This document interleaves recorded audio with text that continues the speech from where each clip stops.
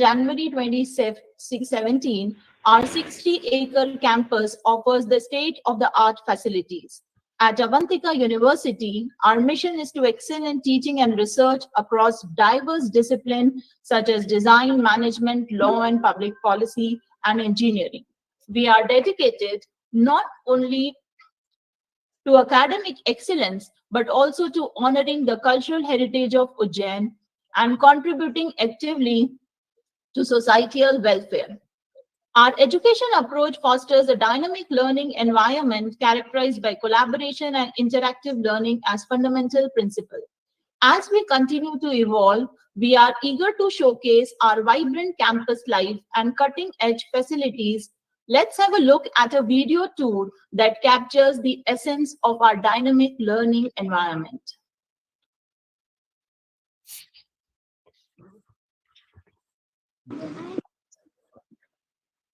Priyansh, can we have a video, please?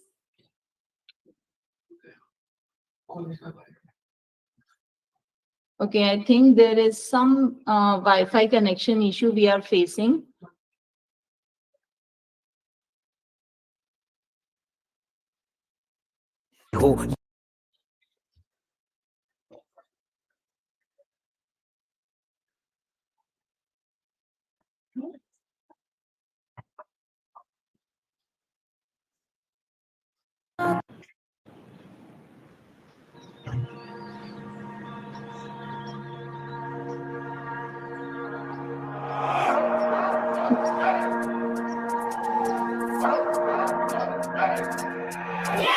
सवाल है तो होने दो, जवाब में भी खोने दो। ये मेरा कैंपस लाइफ है या थोड़ा सा तो होने दो। हाँ, क्लास की पढ़ाई हो या दोस्तों की लड़ाई हो, हम प्यार से मनाएंगे कैंटीन में तो होने दो। प्रोफेसर्स का माना, कंफ्यूजन्स का मिटना, किताबें तो किताबें है, वो जिंदगी बताना।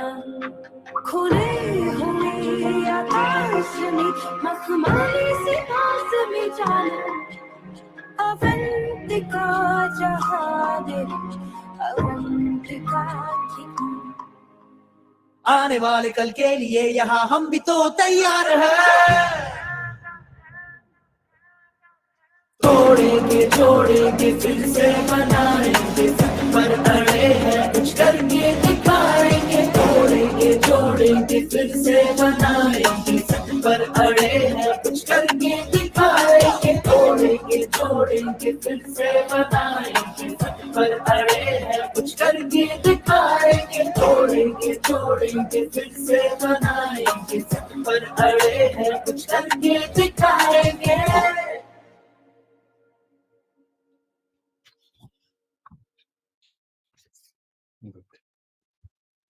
This glimpse into our 60-acre campus with its state-of-the-art facilities and vibrant educational atmosphere showcase the dynamic environment we offer at Avantika University.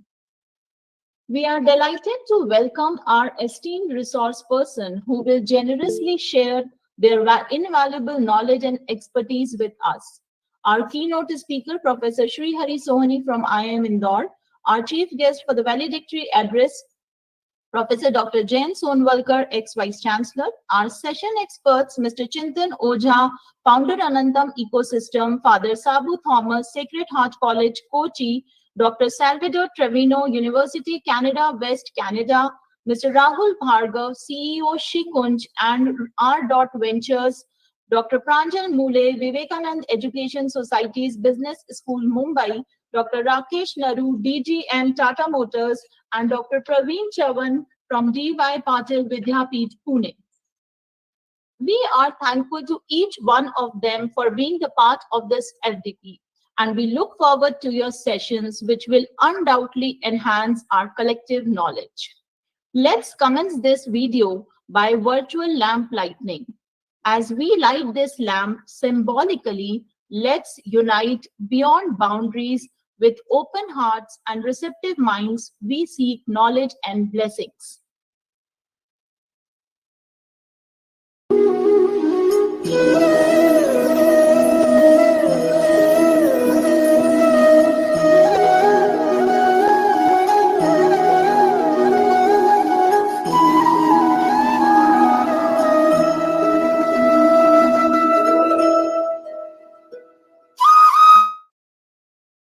May this symbolic light guide us towards greater insights and achievements. I now extend my warm regards to Professor Dr. Harish Bapat, Dean School of Management, for his invaluable guidance and consistent encouragement. I kindly invite Professor Dr. Harish Bapat, Dean SOM, for few words with us. Thank you, Dr. Masuma. I'm audible? Yes, sir. Okay. So good morning, everyone. It's really a moment of great pleasure for all of us that we are going to organize an FDP on a topic which is very, very innovative. That is the transformative pathways, AI and emerging trends in research as well as in teaching.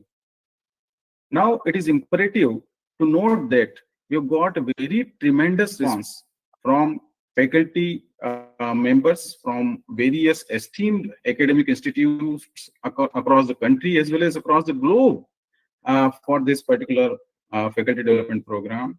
And as a faculty member, we have got primarily two functions. Number one is teaching, number two is research. And when it comes to changing trends in the technology, as far as the technology is concerned, nowadays we talk about the artificial intelligence, we talk about data science, we talk about the machine learning. These three dimensions have been included into all sorts of service as well as into the manufacturing. And this our domain, that is the teaching and research, is also not spared, and the technology has got a tremendous disruption in this particular product category also. So being a faculty member, we are not responsible to make the careers of our students, but we are also consider ourselves as a nation builders. So we need to equip ourselves with the latest trends in the technology, so that whatever knowledge, updated knowledge we can inculcate to our students, they can think about building the nation in that way, because they would be responsible for the nation building. They would be responsible because they will get to know about different technological developments. They will be serving into different sectors, maybe manufacturing, maybe service industry. And definitely, if they are also equipped with the latest trends and with the latest technology, definitely it is going to give them the upper edge. So I not only wish the success of this program, but I also wish that the objective of this FDP we are going to achieve by the end of this faculty development program. My best wishes to all the participants. Masuma madam, I hope like we have received more than 200 Yes, sir. participation. Yes, sir. We have 200 plus participants. So I hope this FDP is going to meet all the objectives, whatever we have decided before planning this faculty development program. I wish a grand success to this faculty development program. Happy learning. Thank you very much. Thank you, sir, for sharing your valuable perspectives. My sincere greetings to Professor Dr. Nitin Rane, Honorable Vice Chancellor of Avantika University, whose unwavering support and visionary leadership have paved the way for this event. It is my privilege to invite our guiding light and patron, Professor Dr. Nitin Rane, to deliver the welcome address.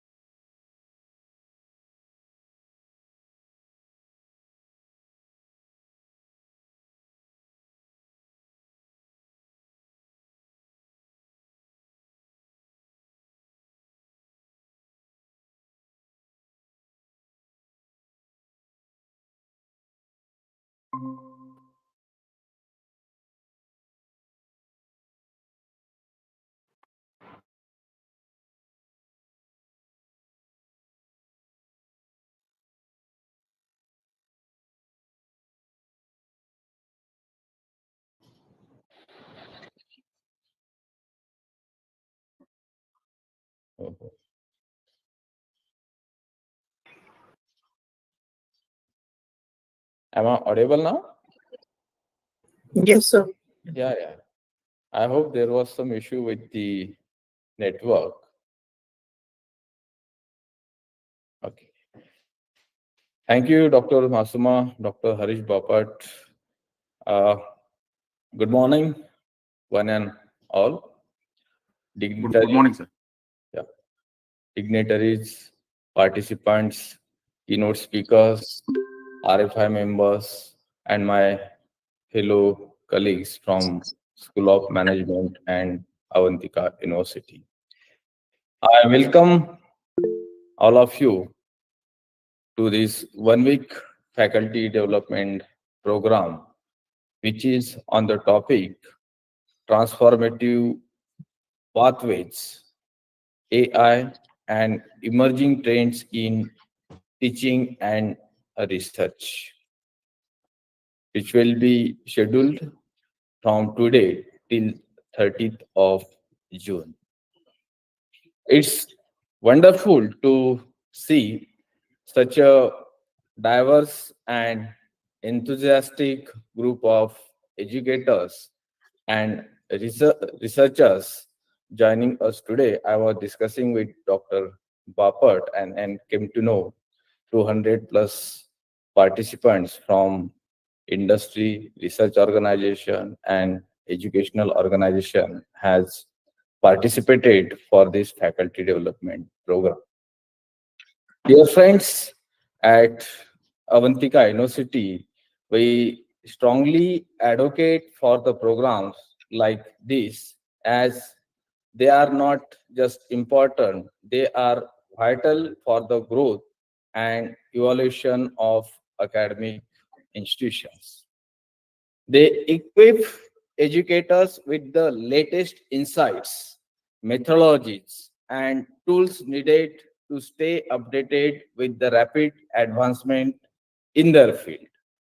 The theme of this FDP centered on artificial intelligence and its application in research and teaching, which is incredibly relevant. You know, artificial intelligence is reshaping our world, and integrating it into education open us a new avenue for exploration and innovation. As a educator, understanding AI's principles and application is crucial for preparing the student for the future. In the fast-paced realm of AI, continuous learning and adaptation are very much essentials for everybody. Moreover, at Avantika University, we emphasize the power of collaboration between the academia and industry to enhance student learning and drive meaningful research. This FDP specifically designed to strengthen this partnership, ensuring that our teaching and research remain relevant and impactful. I warmly invite our esteemed keynote speakers, resource persons, and guests to join us. Your expertise is invaluable, and I am certain this collaboration will foster lasting partnership and knowledge sharing between our institute, benefiting everyone involved in this faculty development program.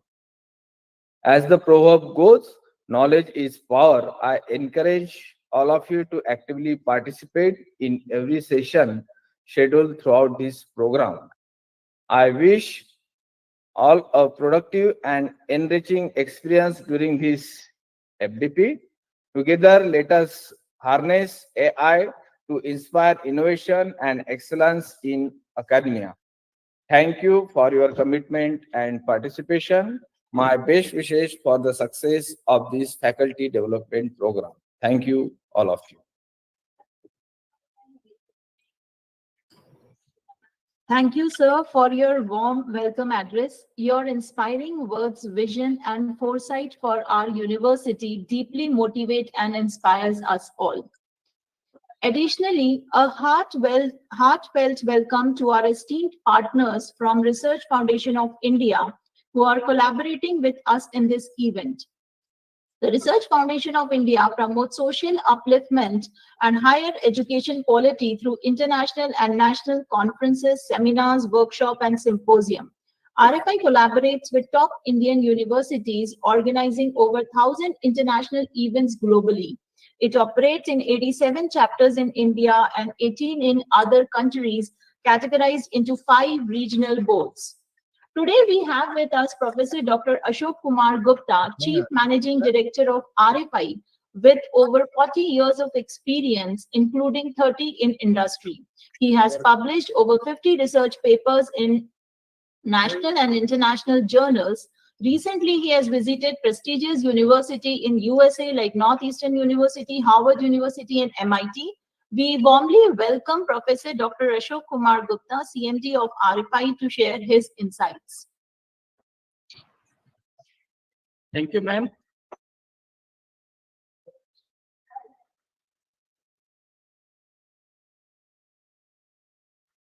Am I audible?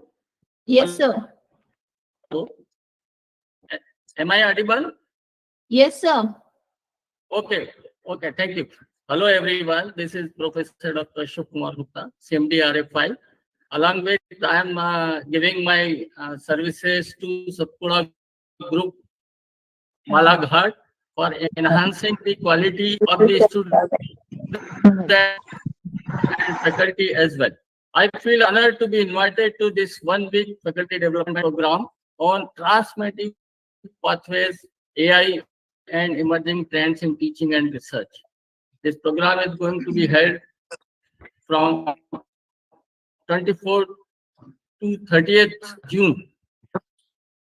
The aim of this FDP is to provide the most complete and reliable source of information on the recent advancement in the field. FDP covers a broad range of topics in this field. Now it's my privilege and honor to welcome all the dignitaries, resource persons, and experts available for this FDP. I'm thankful to Dr. Saurabh Jain, Chairman RFI. I'm also thankful to Dr. Ajay Jain and the entire team of RFI and organizing institutes. I'm thankful to all who have given and all participants who made this training program a success. Thanks for your patience. Thank you again. Over to you, ma'am. Thank you.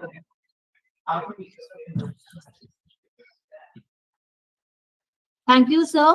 We look forward for many more fruitful collaborations with RFI in the future. Additionally, we would like to extend a special thanks to the ACAD Research Next Generation Education in Shivamoga, Karnataka for their support and collaboration.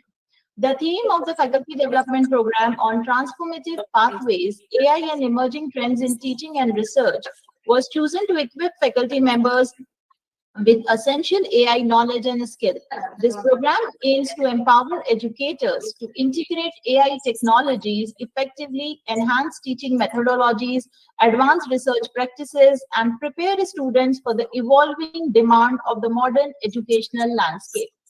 As we commence on the enriching journey together, we eagerly anticipate the insightful discussions that will emerge from our sessions. Welcome once again.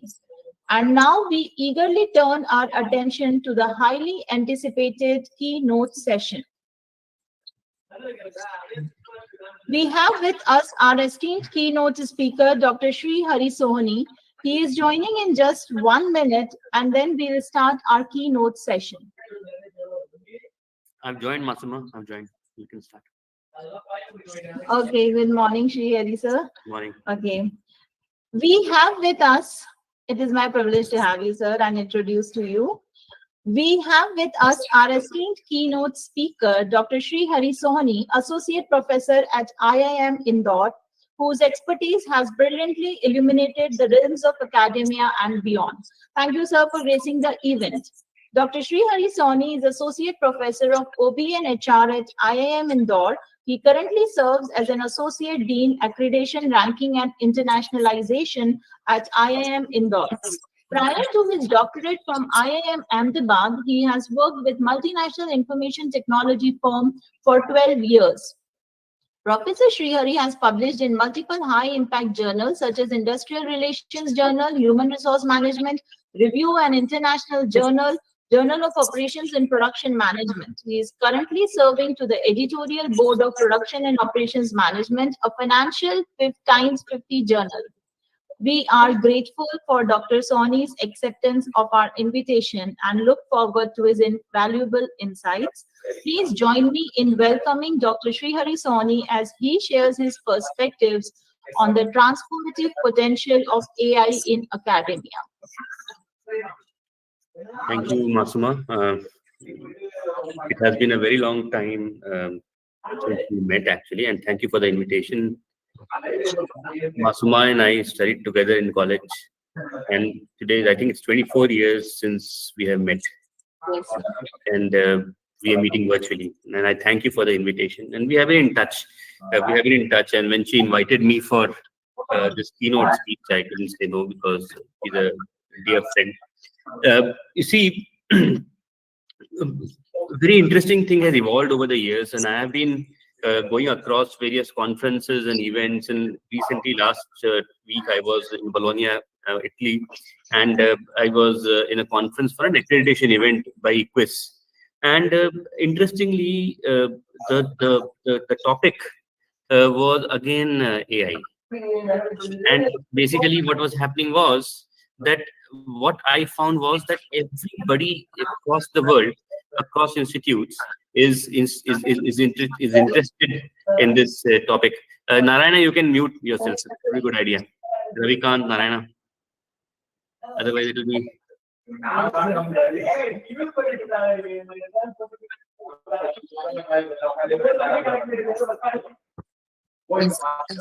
I request all the participants to please mute yourself.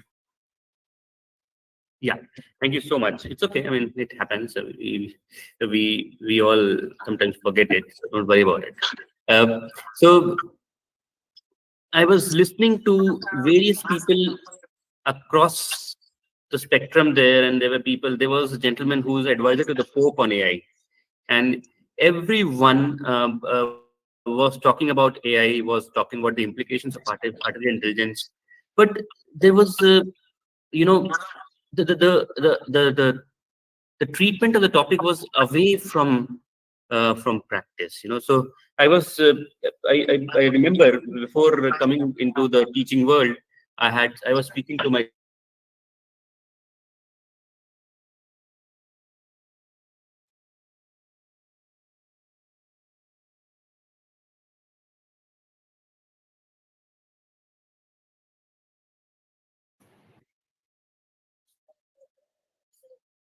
Srihari sir, you are on mute. Srihari sir, right. yes. I'm fine now. Am I audible? Yes, Yes, you're sir. audible now. Great. So I was telling you I was in an EFMD conference in Bologna last week, and there the topic as well was artificial intelligence. And an interesting thing was that everyone who was someone in the research world was there. There was the advisor to the Pope, who was artificial intelligence advisor to the Pope. So the Pope has an advisor who advises him on artificial intelligence issues, and there was the CEO of Ferrari, and everyone was talking about AI, its implications, and everything. But then many academicians who spoke completely devoid of any focus on practice. And I was speaking, and I remember when I entered academia around 8 years back, when I was graduating from my doctorate, and I spoke to M.R. Dixit, my teacher, strategy teacher in Ahmedabad, and I asked him, Dixit sir, I have no exposure to academia. I've never taught, I've never done research, I've just worked in practice for 13 years. I don't know whether I will survive or not. I mean, you see, publishing is very important where we are right now. In my institute, if you don't publish, you don't get promoted. You don't get to teach actually. If we don't have 2 papers in 5 years, we can't teach our MBA program. So basically, your survival is difficult. So, and therefore these faculty development programs, etc., are very important. People don't realize, but it is very important for them to keep them enriched. But apart from that, when I started speaking like this, Dikshit sir told me, see, you have enviable position where you have worked in practice for 12 years. Research is nothing but something which has its roots in practice. And so comes AI. And my interest in artificial intelligence, and I've written some papers on AI, and they're undergoing publication cycles right now in review. And as a researcher, I've been rejected a lot as well. I mean, if I have submitted 40 papers, only 5 have been accepted, the rest all have been rejected, and they undergo a lot of revisions and everything happens. So basically, it's a part of the game. But in AI, when I wanted to understand from Dikshit Saab, how do I find a good research topic? You see, he said that you have to first understand the sectoral environment in which organizations exist, and basically understand 2 things. One is pattern, and second is inflection point. And then the discussion evolved, and I asked, what is a pattern, what is an inflection point? At that time, a very good example was quoted to me. He said, pick a sector. And I said, aviation sector. Aviation sector is something which I'm very interested in, because you see, airlines never make any money, but they still exist. I mean, if you look at all airlines, they've all never made money. If you look at the balance sheets, since the day of the Wright brothers, they have not made any money. But then what happens is they still exist. The new players keep coming. There was a very interesting incident where a small girl was in a what do you say, a kindergarten, and Richard Branson, the head of Virgin Atlantic, went there to motivate these small kids, and a little girl stood up in a ponytail and asked, you see, Mr. Branson, how can I become a millionaire? A girl wants to be rich. A small girl, she asked Richard Branson, the head of Virgin Atlantic, how can I be a millionaire? He said, philosophically, become a billionaire first and then start an airline. You will become a millionaire. You see, this is the pain that people in aviation sector have, that they always lose money. So when you are always losing money, why have they not made money? And then you start understanding that sector. He said, now pick up, and Mr. Dikshit said, now pick up a particular business model which you want to study over the years. And I said, ticketing, how you sell tickets. Then let's look at in the last 25 years how it has evolved. In 1991, if I had to buy a ticket, I will go to a travel agent. Travel agent will log into a software called as GDS. GDS will log into the inventory of the airline, and then the airline will tell which all seats are vacant, at what price. The GDS will then give it to the travel agent through its software, and then the travel agent will only show what he or she wants to show to the user. This is how in 1991 we bought a ticket. Now you see who has the power. The power is with GDS, the power is with travel agent. The travel agent may or may not show for any airline. It will only probably show tickets for airlines who send him to Bali every year. You're getting the power is with travel agents, and there's no power with airlines. Then comes 1995. And 1995 is an inflection year. And why am I saying an inflection year? Because there's an inflection point here. And what is the inflection point? Internet. In 95 comes internet. And then suddenly the way we buy tickets starts evolving and a pattern emerges. The power then shifts from travel agents to technical partners like aggregators, aggregator of aggregators, etc., who utilize internet to start selling tickets. So basically, if you want to do research, you have to understand how the power shifts. If you want to do research, you have to understand what are the inflection points which are making these power shifts happen. So basically, you always have to identify what is the pattern in a sector and what is the inflection point which is bringing this new ripple of patterns. Now, this is research. And this is, now you must understand, in the last few years, if you look at the taglines and if you have to understand the trends which is happening in practice to find the research topic, if you look at all the technology companies in India, whether it is TCS, Wipro, Infosys, HCL, Tech, Cognizant, anyone, and if you look at their taglines, you will find the word digitization there. You will find the word digitization there. If you see, if you see TCS, it will have a word called as digitization. If you have Cognizant, it will have the word digitization. Basically, if you look at it shows the focus of the organization, and the focus of the organization is towards moving things. Now, then you start thinking, what is digitization? Aren't we digitized? I mean, if you look since 1967, we are using punch cards and everything. What is new? What is new? And then comes understanding that memory was always there, processing power was always there, the hardware was always there. What was missing was an intelligent algorithm on top of it, which was allowing to make decisions. Decisions are nothing but comparisons. You compare between X and Y and tell which one is better, X or Y. And then probably you are comparing between 25 X's and 25 Y's or Z's, and such kind of cognitive decision making, which was difficult for human beings to happen with scale. AI is nothing but algorithms sitting on memory and hardware and allowing you to make these decisions. Interesting. Now that we know what AI is, suddenly research started understanding, and then it started catching as a buzzword. Everybody wanted to, go on the bandwagon for AI. Many people didn't even know what AI is, but then suddenly everybody wanted to read AI. You start introducing courses on AI without having enough people understanding what AI is. No one understands how Bitcoin works. No one understands what a distributed ledger is. It is, but everybody, when you will find courses, that is the biggest disservice we are doing. And therefore such kind of FDPs are important, where people actually see, we are teachers. We should always approach a subject which is new to us as novices. We don't know anything. We have to read about it. But yes, we have to put in an effort and build expertise. And this was something which I was having a discussion with Mr. Dixit and Mr. Dixit said that now that you understand patterns and inflection points and how things will change and what AI is, now let us start discussing which profession will get kicked out first because of AI. So this was an interesting, and when you are talking to someone like Dixit, you can't just blurt out any profession. You have to give reasons. In my system where I work, you can't, whatever comes out of your mouth should be weighed in gold. You cannot just say something and get away with it. You have to explain it, hold your ground, and many people will ask questions. 80 students ask questions, and you have to. So therefore, I said, see, what is AI? AI makes decisions. Now let us take medical field. And you see, one of my friends, and I'm an old fellow, I'm 48 now, 49 now.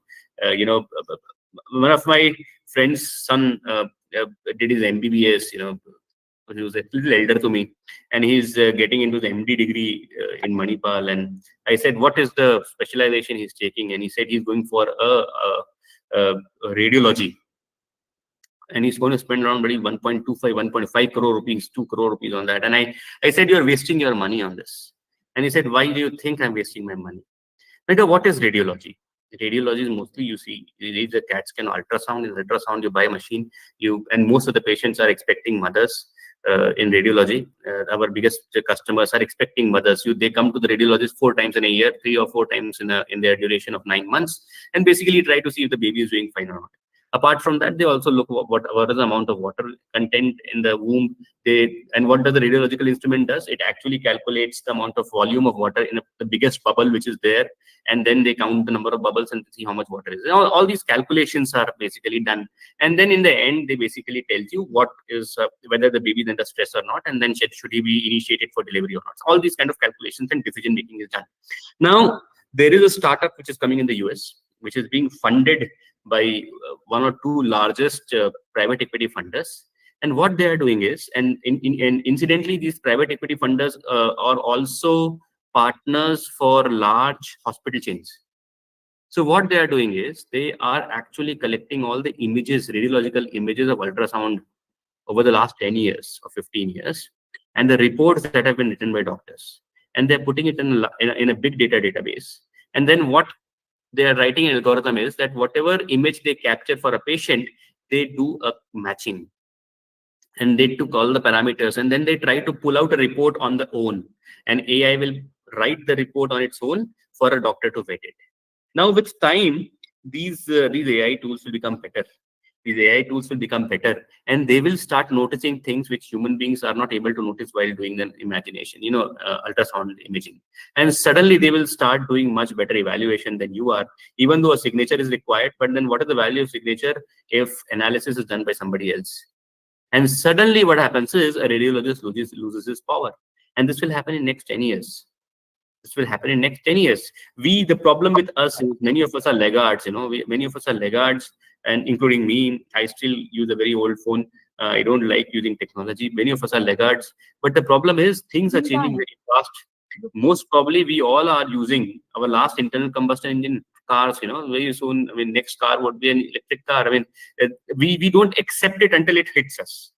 And AI is actually going to change a lot of professions. Now, with that in mind, my interest arises as to how will work change? How will work organizations change? Will we still be required? Will many professions still be there? And then I started looking at HR as a profession. I'm a professor of HR. I teach human resource management here, as well as a elective course I teach in Ahmedabad called as Managing Human Capital in Projects. Now, my interest is how will HR change? And then I went into doing some research in HR. Now, when you are doing research, you see, you cannot explain a phenomena until you know the theory that explains the phenomena. That is, X leads to Y. That is theory. You've given explanation of why X leads to why does X leads to Z. But then what happens is many times you say X leads to Y, but Z sets the boundary condition. That is, Z is the moderator. So that is also extension of theory. X leads to Y, but through Z, that is Z is the mediator. That is also extension of theory. If you are able to explain how X leads to Y, that is also extension of theory. Now, the point is, when you're explaining how X leads to Y, you have to base it on some theory which is already existing. And then what happens is, this is what extension or contribution to theory in research is. We have to start looking at established theoretical norms to explain new phenomena. Now, when we look at AI, and I was looking at whether adoption of artificial intelligence, in human resource practices would automatically happen. Everybody would go for it or not. I mean, recruitment and selection, will AI influence it? Performance management system, will AI influence this?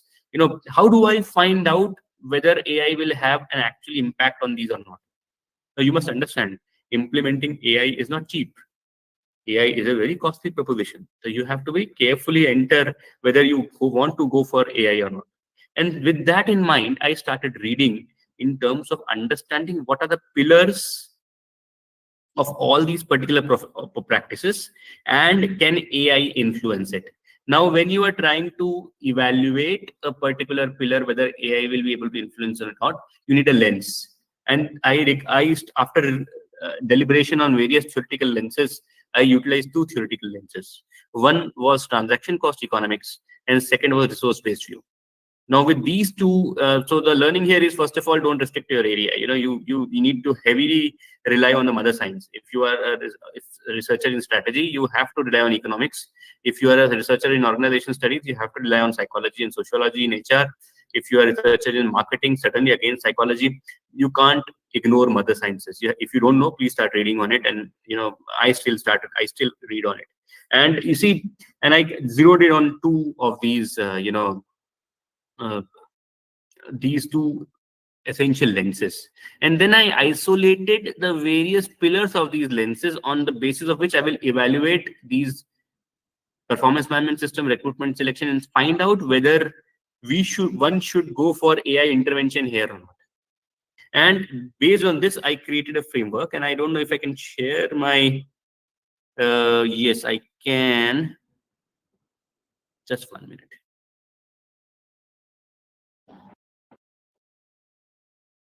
And I don't know if I'm able to share it. Am I? Yes, we can see that. Perfect. So basically, if you look at it, we have and this is all a review thing. I read a lot of papers, and this shows basically a review. So I simply wrote down, and keep your research simple. That is something again which I was told. So the simple thing was, I wrote down all the processes that are there. Recruitment and selection, performance management system, training and development, and compensation benefits. 4 essential HR practices. Now, I wanted to find out whether AI implementation of AI would be cost effective or not here. So that I try to find out using lens pillars of transaction cost economics and resource-based view. And the pillars are simply this: criticality for in capability position, associated environmental uncertainty, transaction frequency, criticality to competitive advantage, and suitability for AI intervention was the result. And based on the readings which are mentioned there, we came to an understanding whether recruitment and selection, there was a criticality for capability position or not. Was the transaction frequency high in recruitment and selection was or not? So all these analysis was done using papers. And then if there were more than two highs in a particular row, I would tag it as mature. So basically this particular practice was mature for AI intervention. And if you look at it, we see only one particular process, that is recruitment and selection, which is right now mature for AI intervention. But then the problem is performance management system. I saw that it is slow in evolving. So any product which is AI based product for this particular process probably will not catch up very quickly. But yes, training and development, it is promising, and similarly compensation and benefits is promising. So this little framework of metrics shows one thing, two, three things as learning for my friend researchers is, first of all, keep it simple, keep it and read a lot based on whatever you read, and then make an assessment of your own, and then leave it for the peers to decide in the review process whether your assessment is correct or not. So this is right now under review, and I just wanted to show with you. Another interesting thing I wanted to understand about this was that in which where in the transaction cost economics basically is a lens which I use for AI intervention, and I try to find out that what elements of transaction cost economics are influenced by AI. So basically, what is transaction cost economics? Basically, it says that the transaction cost, and I'm putting it in layman's language, is that the transaction cost of any transaction has three components to it. One is the search cost, how much amount of money is spent in searching for alternatives. Second is negotiation cost, that is information asymmetry leads to negotiation cost. And third in a transaction is basically enforcement of trust cost. Now, if any or at least two of these elements of transaction cost, if they are reduced by implementation of AI intervention is responsible, is interesting. It should be looked into. So basically, if the search cost is reduced, and if you look at airline ticketing, what do aggregators do? They basically stack all the tickets based on the price for all airlines, and they reduce my search cost. They're also reducing my negotiation cost with my travel agent, because what they are doing is basically they are taking all the information asymmetry away. I know how much does a ticket cost for SpiceJet or for Indigo, for anywhere. There is nothing that can be hidden. So the negotiation cost has come down. So basically, these two elements have come down. I'm sure AI intervention is interesting in this particular. But another interesting thing is Bitcoin, which is an important part of AI, which people are looking at, which is the distributed general ledger, which basically says that if Pradeep, myself, and Masum are entering into an agreement, and Pradeep and Masum are friends, they change their agreement, and I am at a disadvantage. I can't prove it in court. So basically, what we do is we register it with the court initially. So basically, that is, we are paying for that registration. Now, a distributed general ledger system, which is an artificial, which basically what means it encrypts the whole agreement that we three have entered, and then stores it at all our computers, and it cannot be decrypted back. There is no key to decrypt it back. So basically, whenever an agreement has to be tested, it can be tested on anyone's computer. The encrypted portion should remain the same. If there's a change, it will stand out. So basically, that is enforcement of trust cost. And all this is being used in government policies and practice, etc. And Bitcoin is also nothing else but the distributed general ledger system. Things are evolving very quickly. The thing is, they sound very confusing and complex. They are the modern day brokers, the financial analysts. You remember, if you see banking is nothing but X gives to bank gives to Y. The arbitrage of interest is the income, that is banking. But how they make it difficult is what banking is. Otherwise they will not survive. Bankers will not survive if they don't make it complex and difficult. Similarly, people make AI very difficult. You don't need to understand the technology behind it. Everybody cannot be a technology expert. What you can be an expert is trying to find out research areas where AI can be useful, how it will transform work, how it will transform business models, how money will become different, and it will change. All these things will evolve very quickly in the next 5 years. Very exciting. It's very challenging. Challenging because if you are not able to pick up to it, you will lose out. You will not be able to do any research until AI is a variable. It's interesting because you are at a point when nobody else is. You are at the beginning of an inflection point. So entry for you is easy in this inflection point.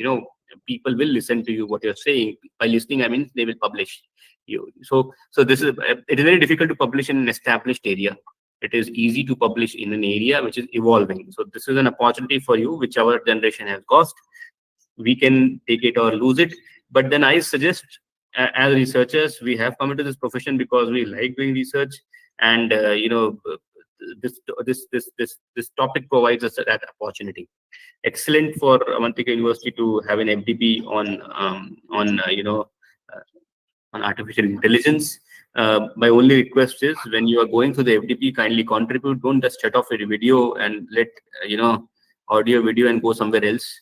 And let that faculty only teach as a, what do you call it? It should not be a monologue. It should. The moment your videos are off, you're not there for me. Or somebody is, मैंने तो एक बार बच्चों को भी बैठे हुए पकड़ा हुआ है, माँ बाप अपने बच्चों को उठा के चले जाते हैं. All that should not happen. Otherwise, everybody's effort is going for a toss. So, and be very carefree. I mean, don't make it too serious. I mean, in the end of the day, it is just collaboration which is happening, and learning happens both ways. Everybody learns from each other. So, and it's a socially constructed, construct, this variable knowledge. So, with best wishes to all of you, I now end my note. Thank you so much. Thank you, sir. Thank you. Thank you, Dr. Sani, for your enlightening keynote address. Your insights into the transformative potential of AI in academia have truly set a promising tone for our FDP program. As we come to an end to this inaugural ceremony, it is my privilege to invite Dr. Ajay Jain, National Coordinator RFI, to deliver the vote of thanks. Dr. Ajay Jain is a respected figure in our academic community and has been instrumental in the success of many such programs. Dr. Jain, we are eagerly awaiting your words of gratitude.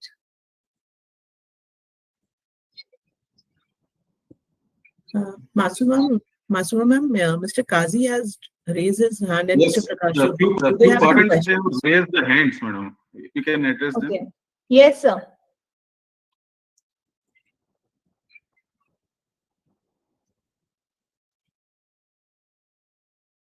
Okay, so we will take question and answer session once we finish the inaugural session. I'm waiting for Dr. Ajay Jain to join for the vote of thanks, please.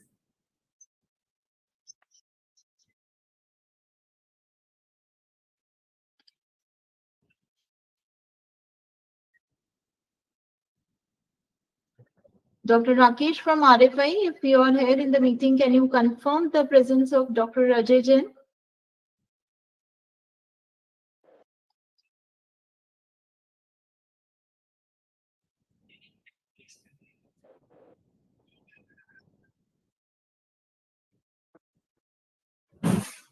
Okay, I think sir has not yet joined. So on behalf of RFI and Avantika University, I really thank you all for being a part of this FDP. My special thanks to Shri Hari Sohani for really insightful session, and we are looking, for a long-term collaboration with you, Mr. Shri Hari, for the benefit of both the students.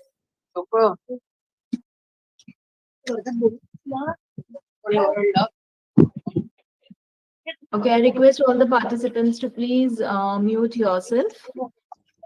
And if you can on your video for a photograph.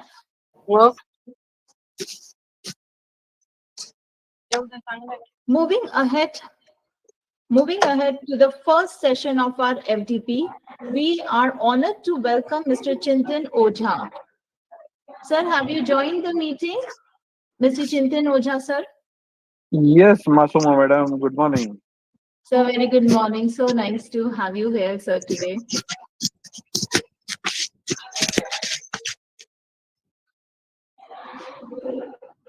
Kanita ma'am, can you please mute yourself?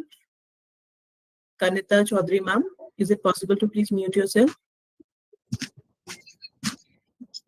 So we have with us Mr. Chintan Ojha, a distinguished figure in technology, innovation, and entrepreneurship. His session on understanding the evolving landscape of education promises to further illuminate how technology is shaping our educational paradigm. Mr. Chintan Ojha brings over 24 years of distinguished career in technology, innovation, entrepreneurship, and strategic leadership. He is a founder of Anantan Ecosystem and serves as a regional director at Founder Institute, Mumbai. Mr. Chintan is an alumnus of IIT Mumbai, UC Berkeley, and Oxford University with recent clarification certification in innovation and technology commercialization from Georgia Tech. His contribution extend beyond academia. He has authored books under the National Agricultural Higher Education Project, a World Bank initiatives, and his latest publication, Ram Aayenge, is available on Amazon Kindle. His professional journey includes key roles at Reliance and Tata Group, overseeing strategic telecommunications project. At Founder Institute, he has mentored over 320 entrepreneurs. Chintan's global impact extends to advisory boards and initiatives like Startup 20 and IEEE Future Networks. A sought-after speaker, Mr. Chintan has presented at international forums including the BRICS Innovation Forum and Sustainable Business Summit. We are grateful for Mr. Chintan Ojha's acceptance to our invitation and look forward for his valuable insights. Please join me in welcoming Mr. Chintan Ojha as he shares his perspective on understanding the evolving landscape of education.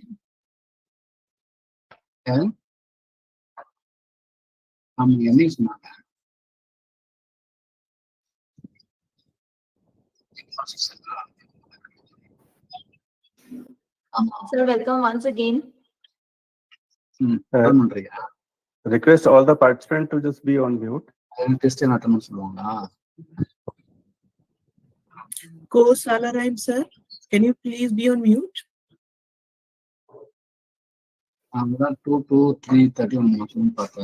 Request all the participants to be on mute. Thank you. Professor T. Kosalaram.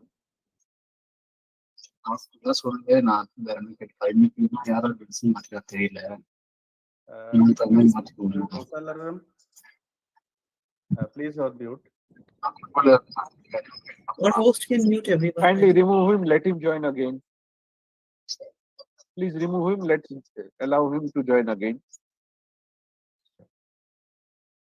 I hope my screen is visible to everyone. I would like to have a thumbs up from everyone just Yes, to sir. register that all of you are having a look at the screen and it's worth going through the presentation this fine morning. So thank you so much. Let's get going. The classroom in this decade doesn't have any borders, and I'm sure that all of you would agree. Sitting here in India, you can pursue any course from any university on any device, be it a mobile, laptop, tablet, or any other source. I have been adequately introduced. However, I would like to take a moment to encourage all of you to donate blood as and when situation arises and time permits. The reason, what makes me say this is I myself have donated blood for 49 times, and this is where I realized that I must make a point to encourage people around to donate blood. Thank you so much for your time and attention. Let's get started. So, how many of you believe that pandemic was a boon or a bane? Together we have overcome pandemic, but what is your feeling now? Was it a boon or a bane? If you can type in your answers, and I would request Madam Masuma to share what is the feeling, feedback, general feedback of the audience. So, was pandemic a boon or bane?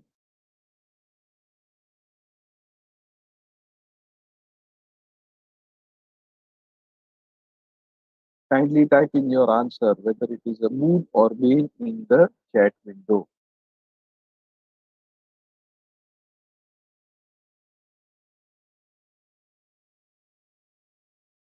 And the slide has got a picture of a coronavirus. This is coronavirus.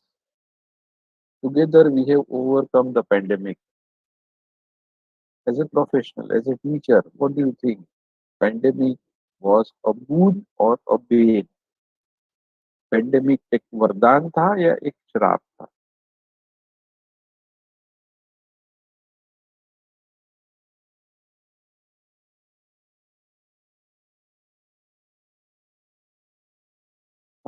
Masuma madam, Yes, sir. so what is the feedback of audience in the chat window? If you can just tell me the general feeling.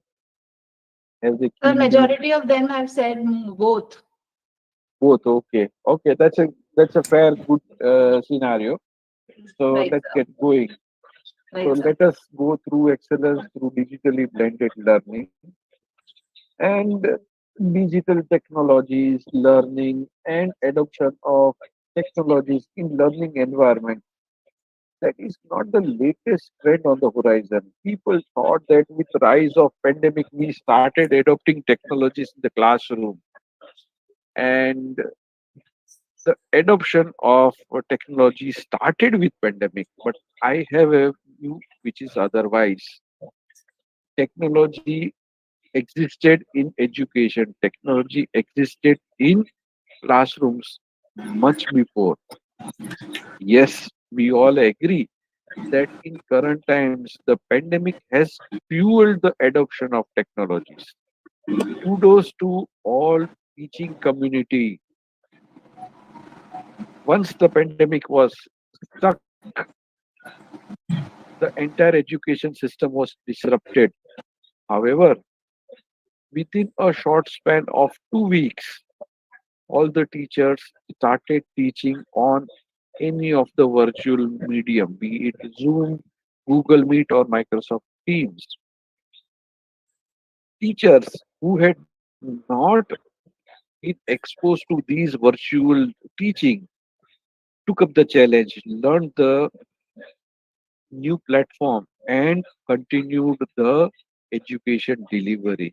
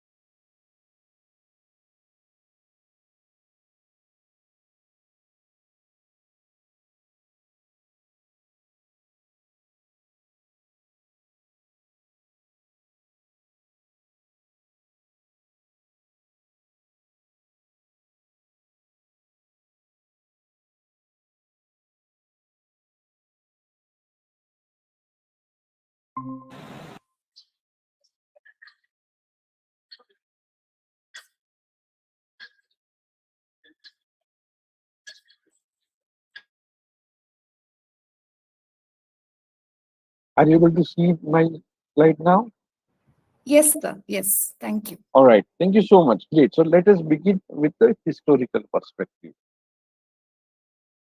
Feel free to make notes, click screenshot, because there are lot many statistics and information which will come to our view.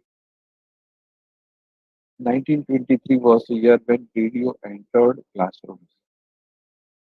Education started using radio as a medium for teaching.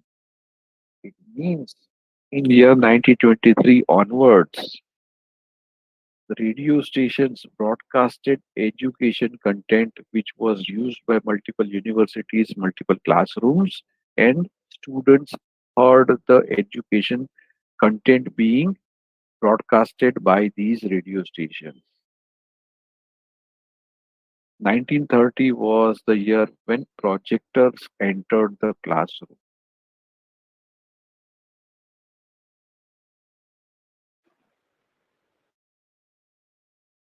1933 was the year when clips of silent movies entered the classroom.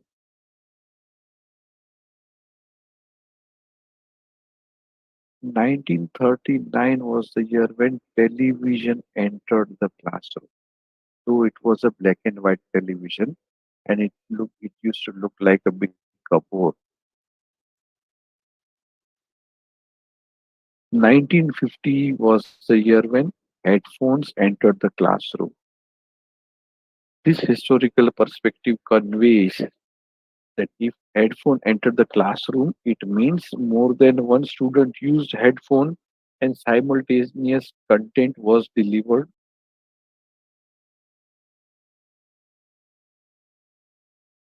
1960 was the year when whiteboard entered the classroom.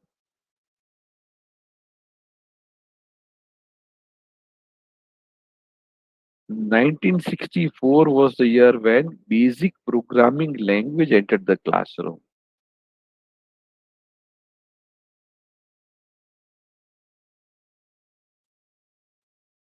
1967 was the year when calculators entered the classroom.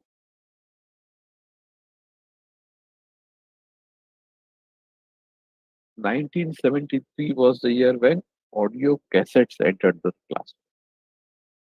The first evidence of use of audio cassettes for teaching students was documented in 1973. 1984 was the year when Apple Macintosh, the first version of Mac computers, entered the classroom.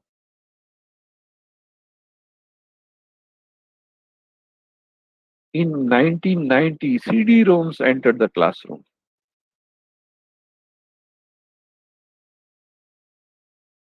1991, smart boards entered the classroom.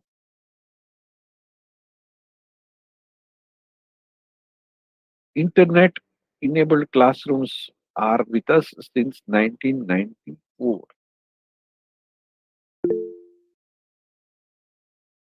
A study was conducted, and this is the outcome. So 60% of the children entering school today will work in a job that does not exist yet. I'm repeating, 60% of children entering school today will work in a job that is yet to exist. Think of current scenario. Just a decade ago, we did not have Swiggy as a profession. We did not have a Uber or Ola driver as a profession.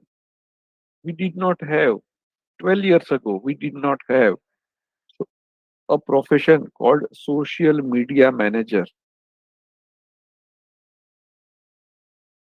Just 2 years ago, we discovered one new profession, a drone pilot.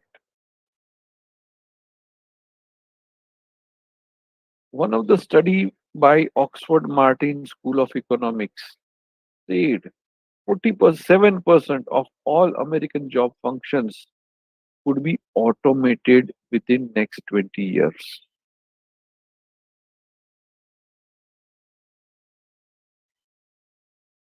KPMG says 100 million global knowledge workers could be affected by robotic process automation by 2025. The CEO of TCS mentioned 2 years ago that around 30% of the code generated by TCS would be generated by machines by 2025-2026.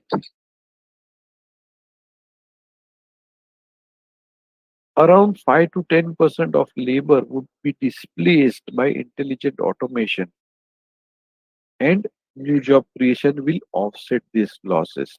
This was said by OECD, Organization of Economic Cooperation and Development. So this is how the world economy around us is changing. The technology is rising, and new wave of technology is disrupting the way we live, work, commute, and communicate with each other as well as machines around us. So, how students are embracing digital technologies? 81% of students said it helps them improve their grades. 81% of the students mentioned that it helped them improve their efficiency and effectiveness. 69% of students mentioned that it helped them improve their focus. Certain tasks can be completed easily so that you can focus on things which are more needed. So, in this decade, let us have a look at Industry 4.0 that would be powered by Education 4.0. We live in a world where robots are learning new skills every day. New skills which are being learned by robot, and they are starting these new skills replacing humans.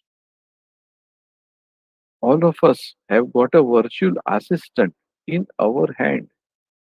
We are using these devices, be it an Android mobile or a iPhone. You have a virtual assistant available at your hand. How many of you are using a virtual assistant for your benefit? Either if you have an Android mobile, you can say Hey Google, or in the iPhone you can say Hey Siri. To set an alarm, to set a reminder, or even get the latest information about weather or news in your area. Just look at the skills of Amazon Alexa. You would see that around 10,000 plus skills are learned by Amazon Alexa. You can Google and search how much, how many skills are learned by Amazon Alexa, and tell me the answer. Can you guys Google number of skills learned by Amazon Alexa, and tell, you can unmute and tell me the answer, or type in the chat window. Number of skills learned by Amazon Alexa. Please Google and tell me the answer.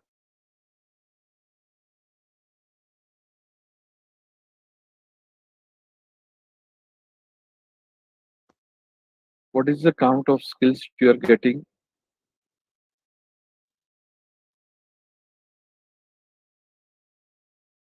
Number of skills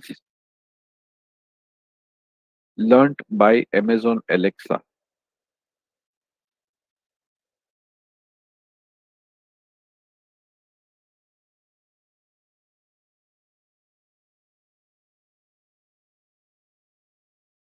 What is the answer? I guess 1,40,000. 1,40,000. How much? More than a lakh. More than a lakh, right? So consider, I mean, if you try to list down skills, then can you make a list of 1 lakh skills? So this is the, I mean, the depth of knowledge which is being acquired by robots in these decades. And look at this. The metro cities are losing their advantage. Earlier, it was said that if you are living in Bombay, Delhi, Chennai, or Calcutta, you have got a better chance. But look at this. This is a news article which said that adoption of new knowledge is being triggered by these states, and they are growing year on year. These new skills are being learned by students of these states, and they are learning various technologies like blockchain, Java, Python, etc. They are learning digital marketing. They are learning data science. So what is trending? One size fits all learning is out of scope. Paper-based processes are changing. Traditional classrooms are going down. Traditional libraries not in demand anymore. A one-way content delivery is a strict no-no. Time-based engagement, probably it is out of fashion. Exam-oriented learning, that is also uh, out of the classroom now. Peer competition, not anymore. And one-time learning. खाली engineering कर ले तो life set है, इतना पढ़ लिया तो फिर आगे पढ़ने की आवश्यकता नहीं है. Learning mindset, that is out of scope. What is trending? What is going up? Growth mindset. Growth is life. Keep on learning new skill. I always tell this to my mentees. Any new skill you learn will be in demand only for next 1000 days. After 1000 days, you will have to learn new skill. Personalized training is in demand. Analytics, customized analytics are available. What is being done by each of the student, the information is available. That helps you deliver personalized learning. Connected campus is a in thing. Digital acceleration through various devices. Maker spaces. Earlier, labs have become maker spaces where students are coming, developing something themselves. Instead of conducting guided experiments, now students are developing things in these maker spaces. Instead of one-time learning, the world has moved to lifelong learning. Instead of competition, people are moving from peer competition to peer collaboration. Instead of one-time learning, we are moving towards the micro-learning. Short training courses, MOOC are available that are helping students and professionals to refresh and gain new knowledge at a regular interval. Digitally aware students as well as faculties are in demand. So, which are the factors which are driving this excellence through digital blended learning? Learn anywhere. Students want to learn anywhere, collaborate from anywhere, be it home, in transit. You want things instantly available at your fingertips. The social media is acting as an enabler. Not only faculties, not only students, but students and parents or students and teachers are also making WhatsApp groups to keep in touch and share general information. The learning experience has become immersive. New techniques like gamification is in demand. More and more devices are getting connected to the internet. Hence, the role and importance of cybersecurity in education system has grown multifold. The tools in the classroom have increased. Classroom is transforming. We are getting more and more analytics, and that is where we are able to deliver enhanced classroom experience and personalized learning. E-learning is the new normal. We have become, the world has gone borderless. we are able to deliver online education seamlessly. The convergence of text, voice, video is available everywhere. Our country has more than 6,000 towns which are having 5G network as on today.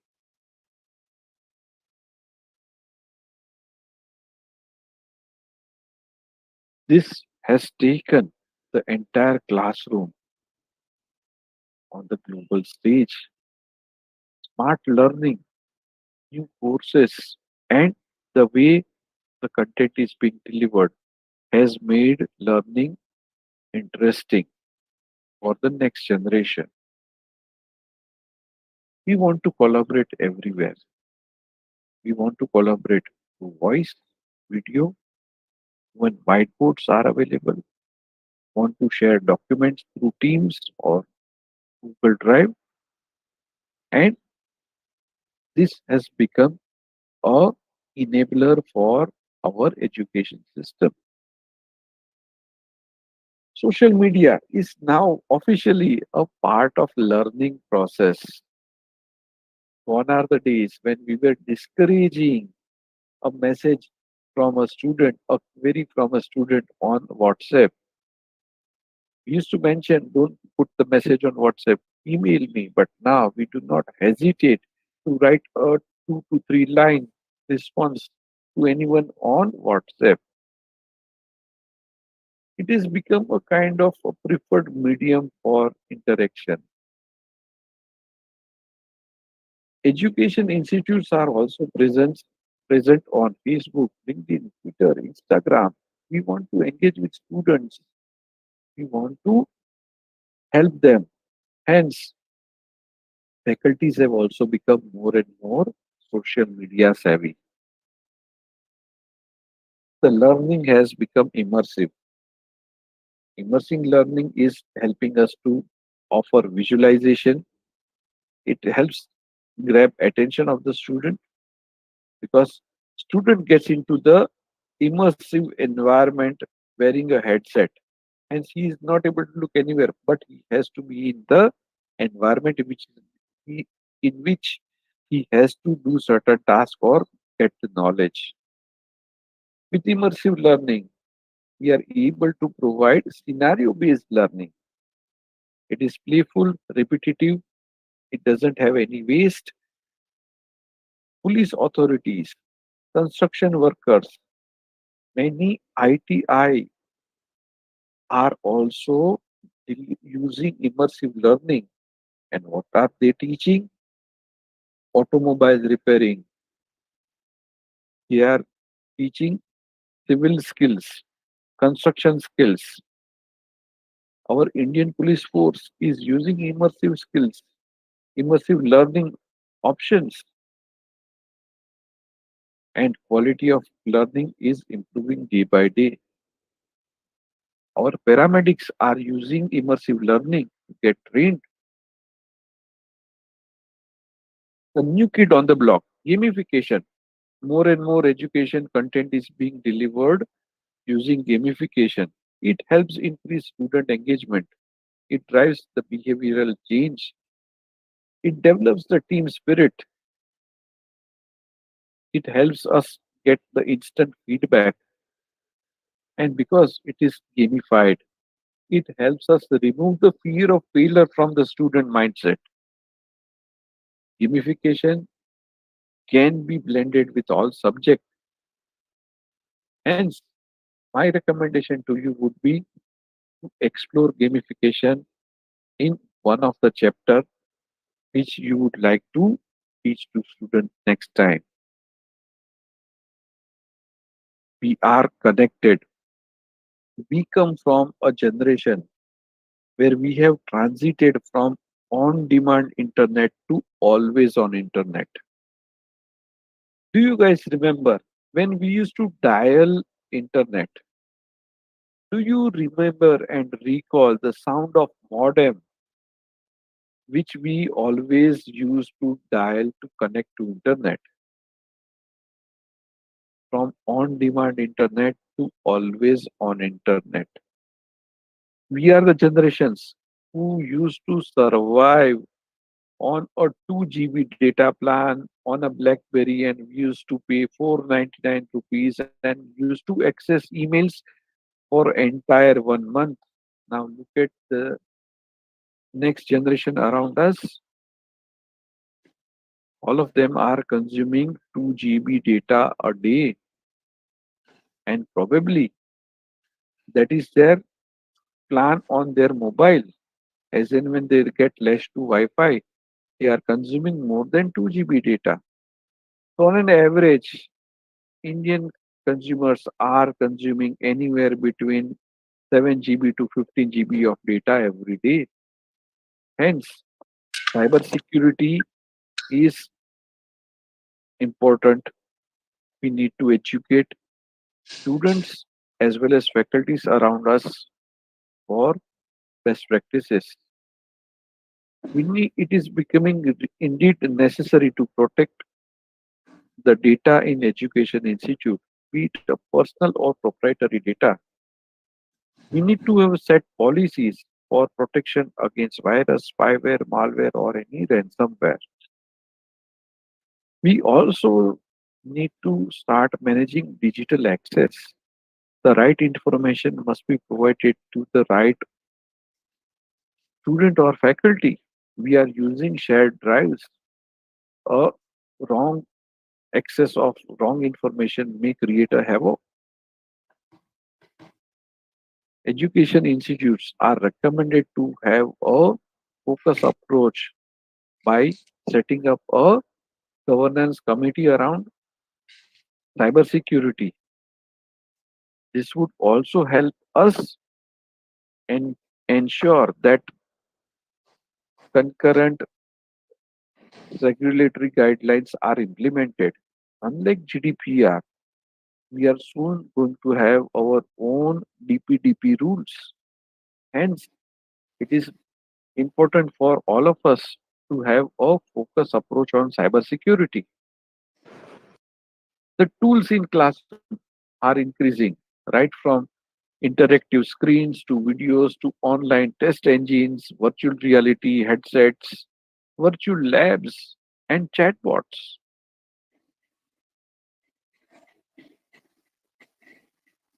This is helping us to build new experience, deliver education using new ideas, capture the data, again brainstorm, do the strategy planning and management with the right available data around us. How technology is empowering teaching and learning. We are able to actively engage and deliver the training material. We are able to use multiple medias to deliver the training while you are teaching. It is becoming normal for a faculty to play a video in between and help students visualize the real world examples. Simulation and modeling scenarios in a classroom is becoming a new buzzword. Discussion boards and debate forums are becoming more and more engaging. Different work groups are formed either on WhatsApp or on Microsoft Teams are enabling better collaboration among students.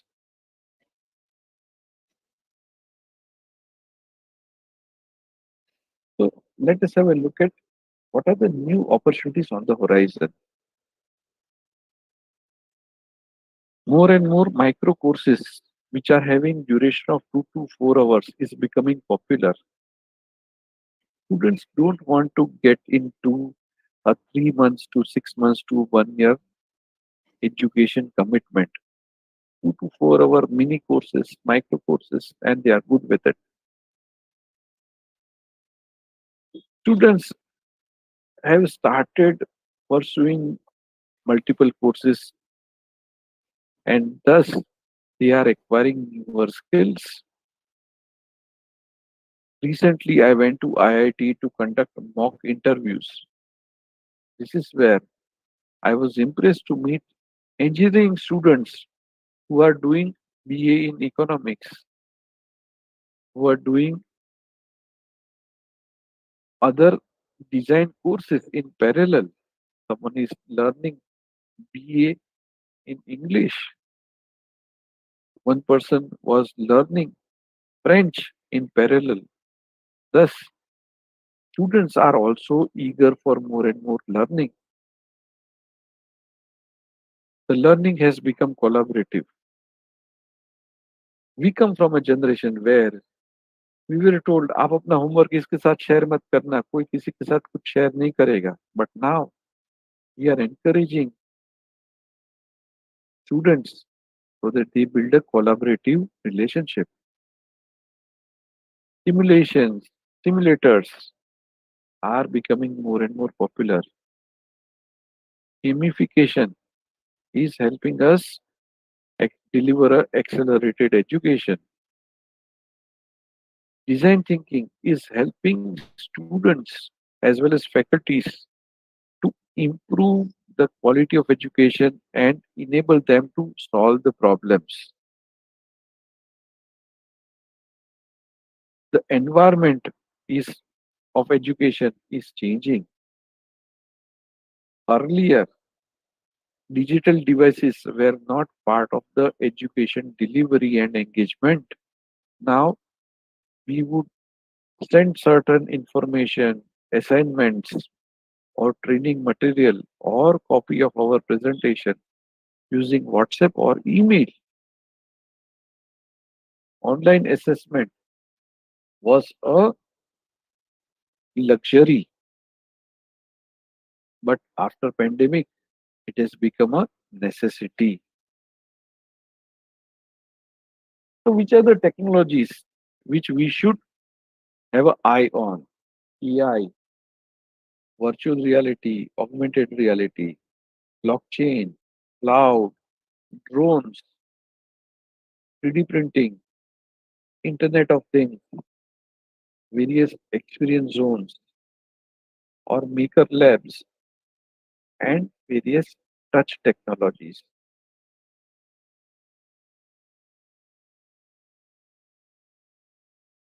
So, technology in EdTech is an enabler. It makes teaching replicable experience, helps environment sustainability. You can have a chemistry lab with zero waste, zero harm to environment. Technology is enabling deliver a personalized learning.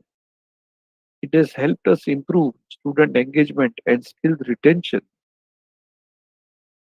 Tech- Technology has enabled us build borderless classrooms. It is also enabling anytime learning and self-paced learning environments. Technology has helped us build better collaboration and efficient teams. So these are the technologies which are delivering and which all of us are reading more about it and trying to correlate and implement certain new pilots or projects in our respective institutions.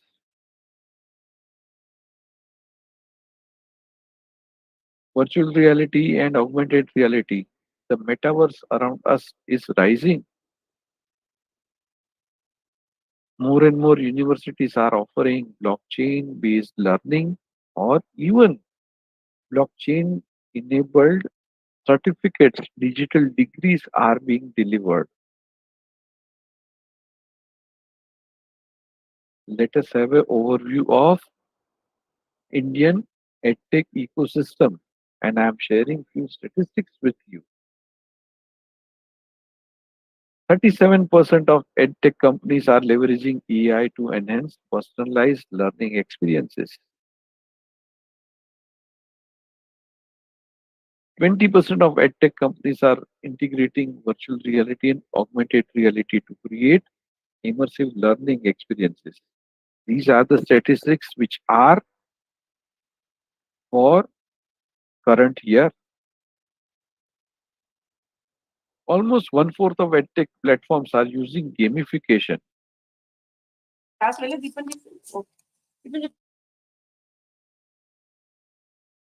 Around 60% of online learners are using mobile devices. They don't use laptop, they are using mobile. I'm sure almost half of you are joining this event using your mobile.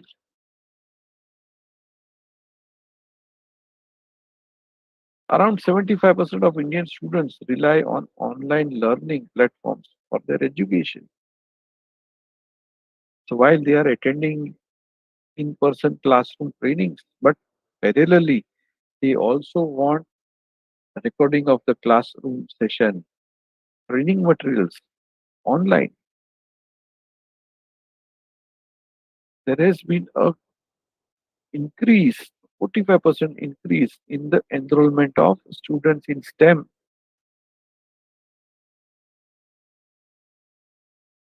Almost half of the teachers have formally received a training for using any edtech platform.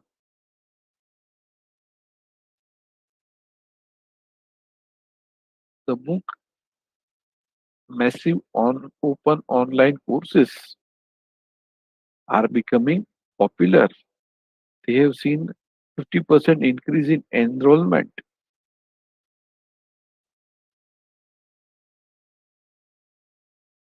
The number of students enrolling in a coding class has tripled in last 2 years time. Before 2 years, students entering a undergraduate course were getting exposed to coding. Now, high school students have started taking up coding classes. My younger son, who is in 10th grade, learned Python when he was in 8th standard.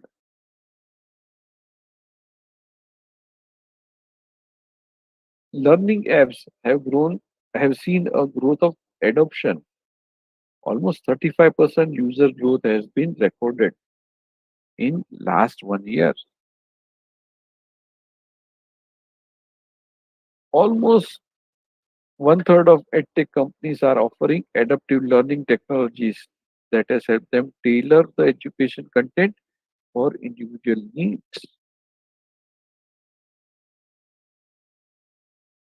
70% of parents are actively involved in their children's online education. Online experiences and use of social media has boosted parent engagement like never before. Even our government has launched various platforms and they are promoting online education. Platforms like Swayam and eVidya are becoming popular day by day. More than half of schools are adopting hybrid learning models, combining online and offline delivery methods. Hence, can we say that hybrid learning is here to stay and grow?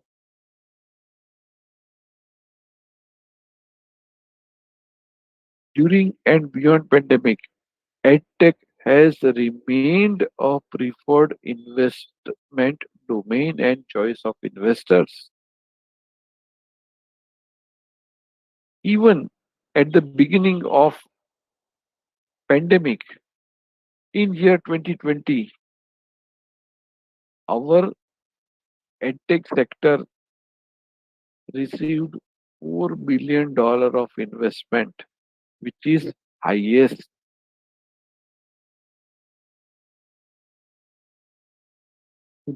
Students in rural area are also adopting various edtech platforms. More than 30 million students are using various edtech platforms.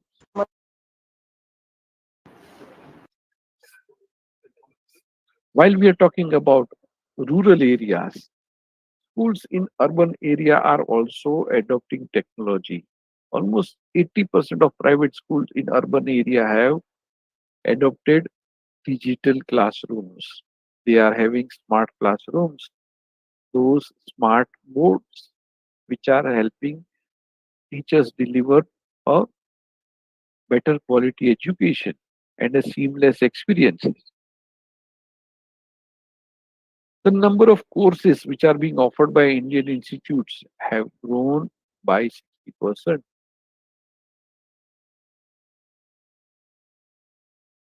Internet penetration has reached 54%. Hence, anyone and everyone is able to access internet. Our edtech startup ecosystem is considered one of the biggest startup ecosystem in the world. We have more than 4,500 startups which are working in edtech domain. More and more entrepreneurs are taking up various challenges and trying to solve them. With all this momentum, Indian edtech market is expected to cross 10.4 billion by 2025. It is growing at a steady rate of 39% from since 2020. Hence, the market outlook for education technology enabled startups as well as education institutions is growing year on year. With role of technology in edtech, the education is not any service anymore, but education has become an actively engaging experiences. Thank you so much for your time and attention. Time to pull out your mobile phone and scan the QR code. Divert you to my profile on LinkedIn. Let us connect and collaborate. With this, we can get into the Q&A mode, and I would stop my screen share. Let us have a round of questions and answers.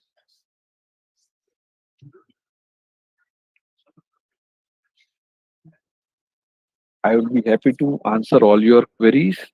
So, would request Madam Masuma, Yes, sir. please facilitate the role of a moderator. Yes, sir. Yes, sir. Sir, first of all, thank you. It was really very, very insightful session. And, after the session, I myself, being a teacher, was just thinking that how, fast we have to change ourselves if we have to accommodate to this landscape of education that is emerging. So it was really an eye-opening for all the faculties, I think, who have attended this session, that we really need to accommodate ourselves according to the time. And sir, before I take the question and answer session, I would like to have my question first. That is in my mind. So, sir, I have a question about gamification. So, a lot of things are happening around the gamification in academics and in education in classroom. So, sir, I still think that do you, believe that this gamification can help us to a great extent, or we should really motivate that, because somehow, it is very, very different from the conservative way of teaching, where we have to be a set of discipline to be followed. So there are two things. I mean, you can form a small team of 2 to 5 faculties, form a research group within the institute, let these 2 to 5 faculties learn gamification and correlate the new concept with the local environment and see that what part of education experience can be gamified. I'm not promoting that entire curriculum, entire subject should be gamified. It may not be possible for us right here, right away, but probably the team can consider learning gamification and implement their learning by gamifying one chapter of one subject. It would be really a good experience for all of you. Okay, so sir, we can start with, a small portion of the curriculum with that and then slowly see the effect, right? I request all the participants to please put their questions in the chat box so that we can take them one by one. So, sir, we have a question from Ayush Bharadwaj. As a student's attention span decreases, what teaching methods other than gamification can improve the engagement of digital materials and effectively capture a student's attention in the classroom? Very interesting question, sir. So here is a eye opener. Yes, sir. I would request you to Google human attention span 2000. Human attention span, comma 2000. Please Google and tell me what is the result you are getting. Please Google human attention span, comma 2000. 12 seconds, sir, we are getting. 12 seconds. Yes, sir. Say that instead of 2000, make it 2010. 2010. Yes. Okay. So what was the human attention span in 2010? What is the result you are getting? 8.25 seconds. So what is the percentage reduction from 12 to 8 seconds? Right, sir. Now let us Google human attention span, comma 2020. Okay. So one more decade has left from 12 to 8 and now 8 to around 6.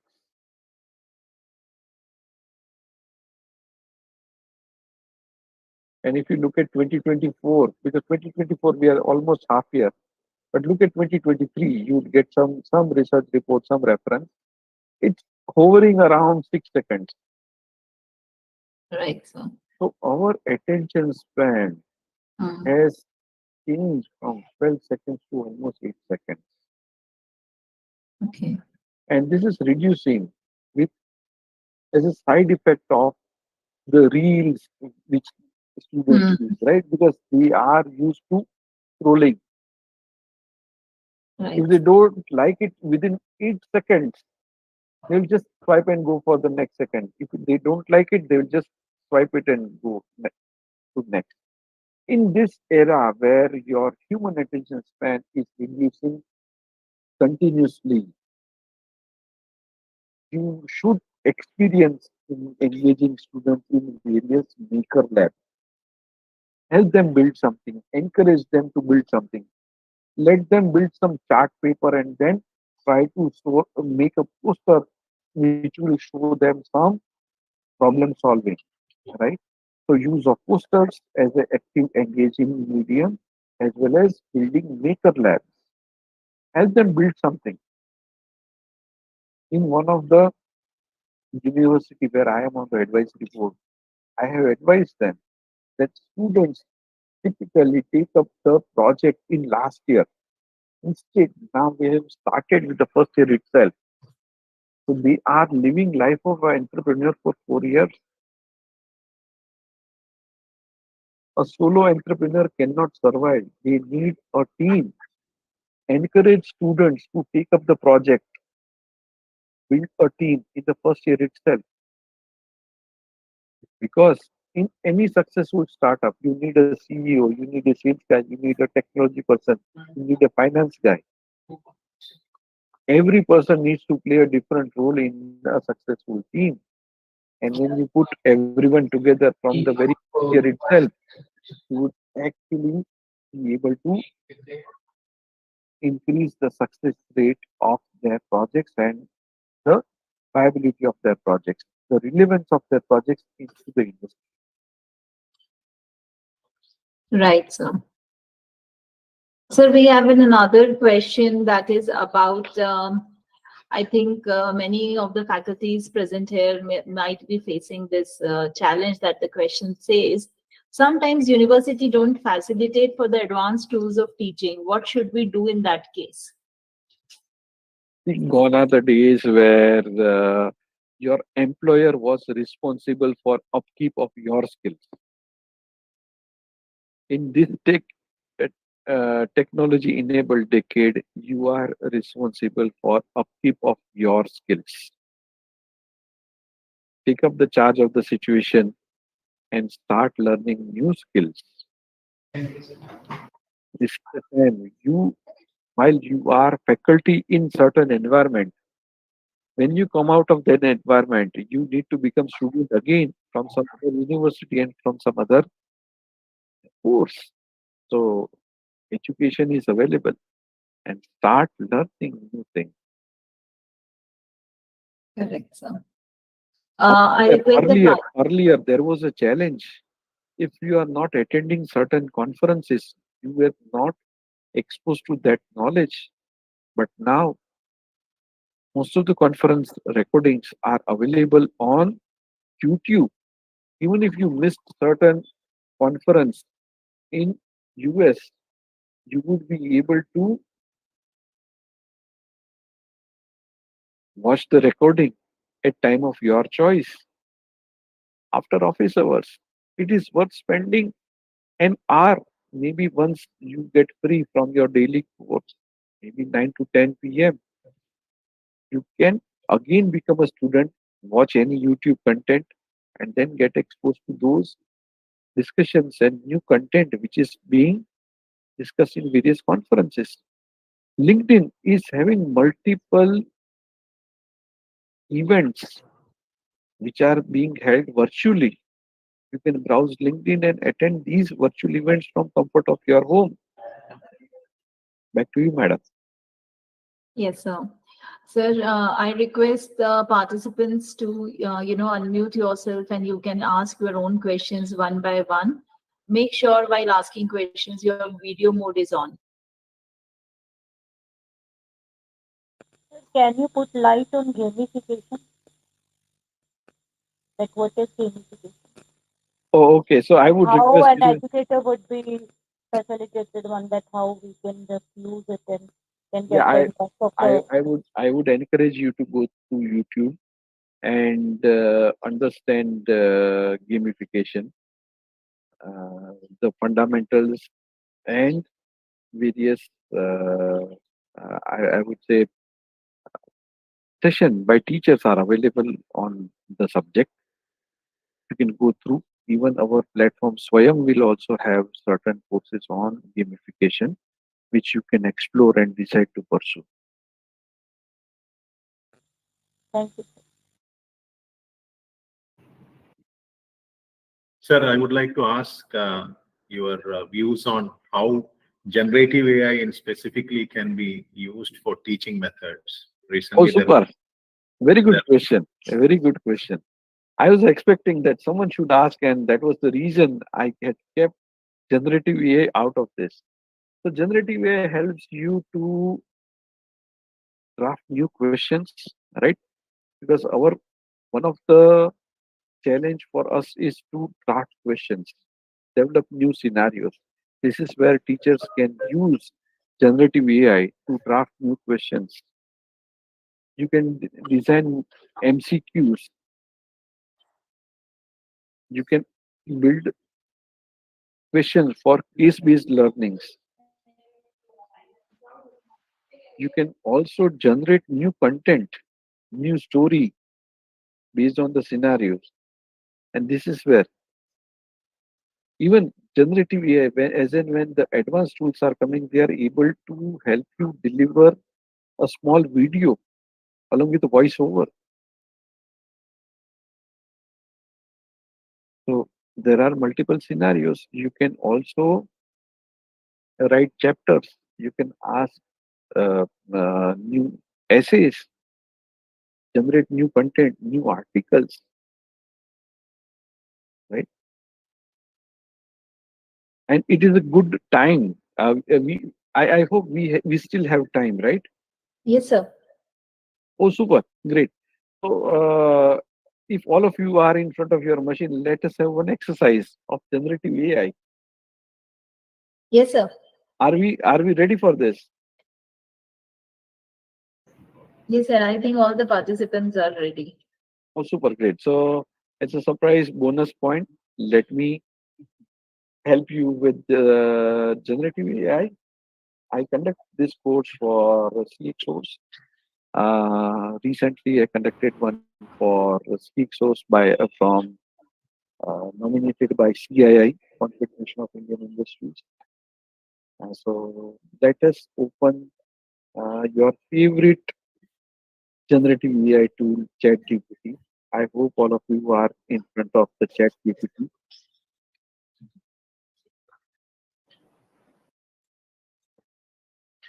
Sorry to interrupt it mid between. Some hand raises are there. So can we take that, sir? Sorry? Some participants have done the hand raises. Oh, So is it? can we just take the queries Sure, from sure, them? definitely, definitely. Okay, sorry. Yeah, thanks. Yeah, the participants who have raised hands can please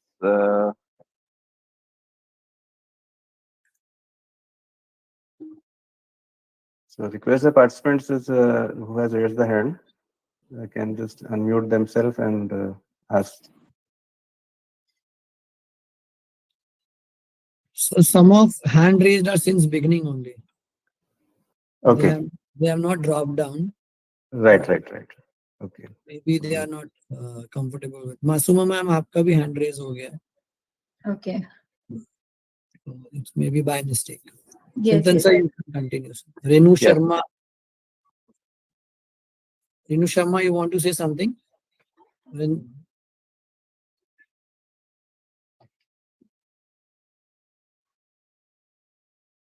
Okay, I think Yes. that's the.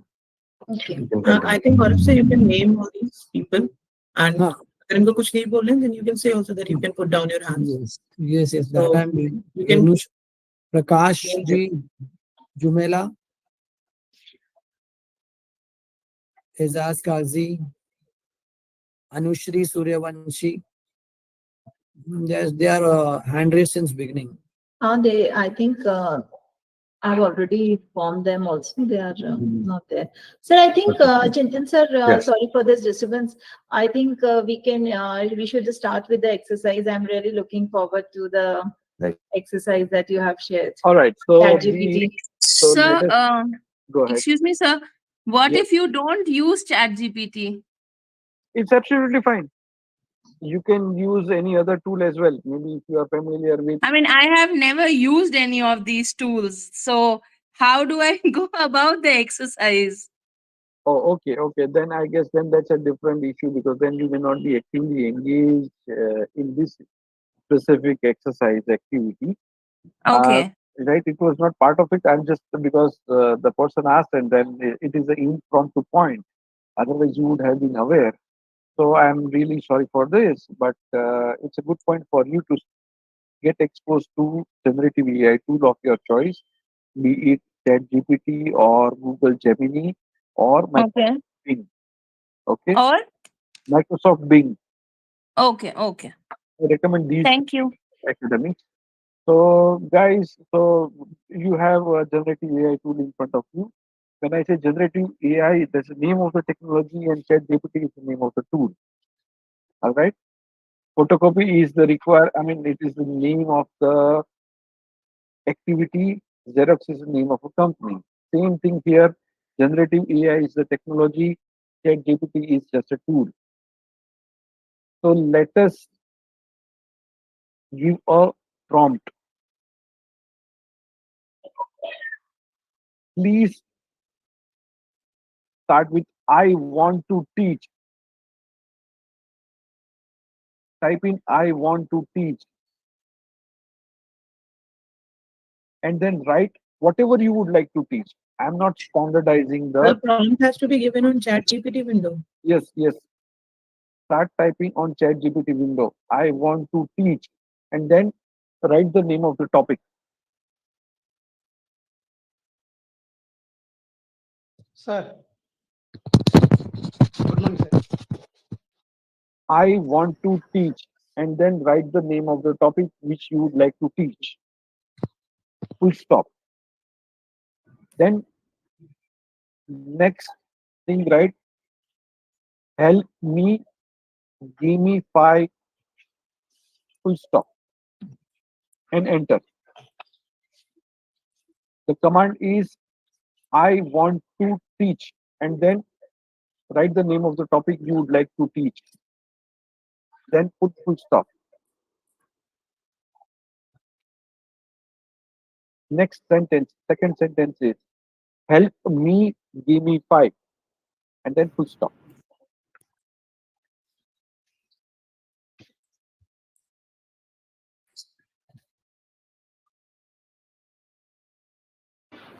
Sorry, sir, what was that? Help me. Give me 5.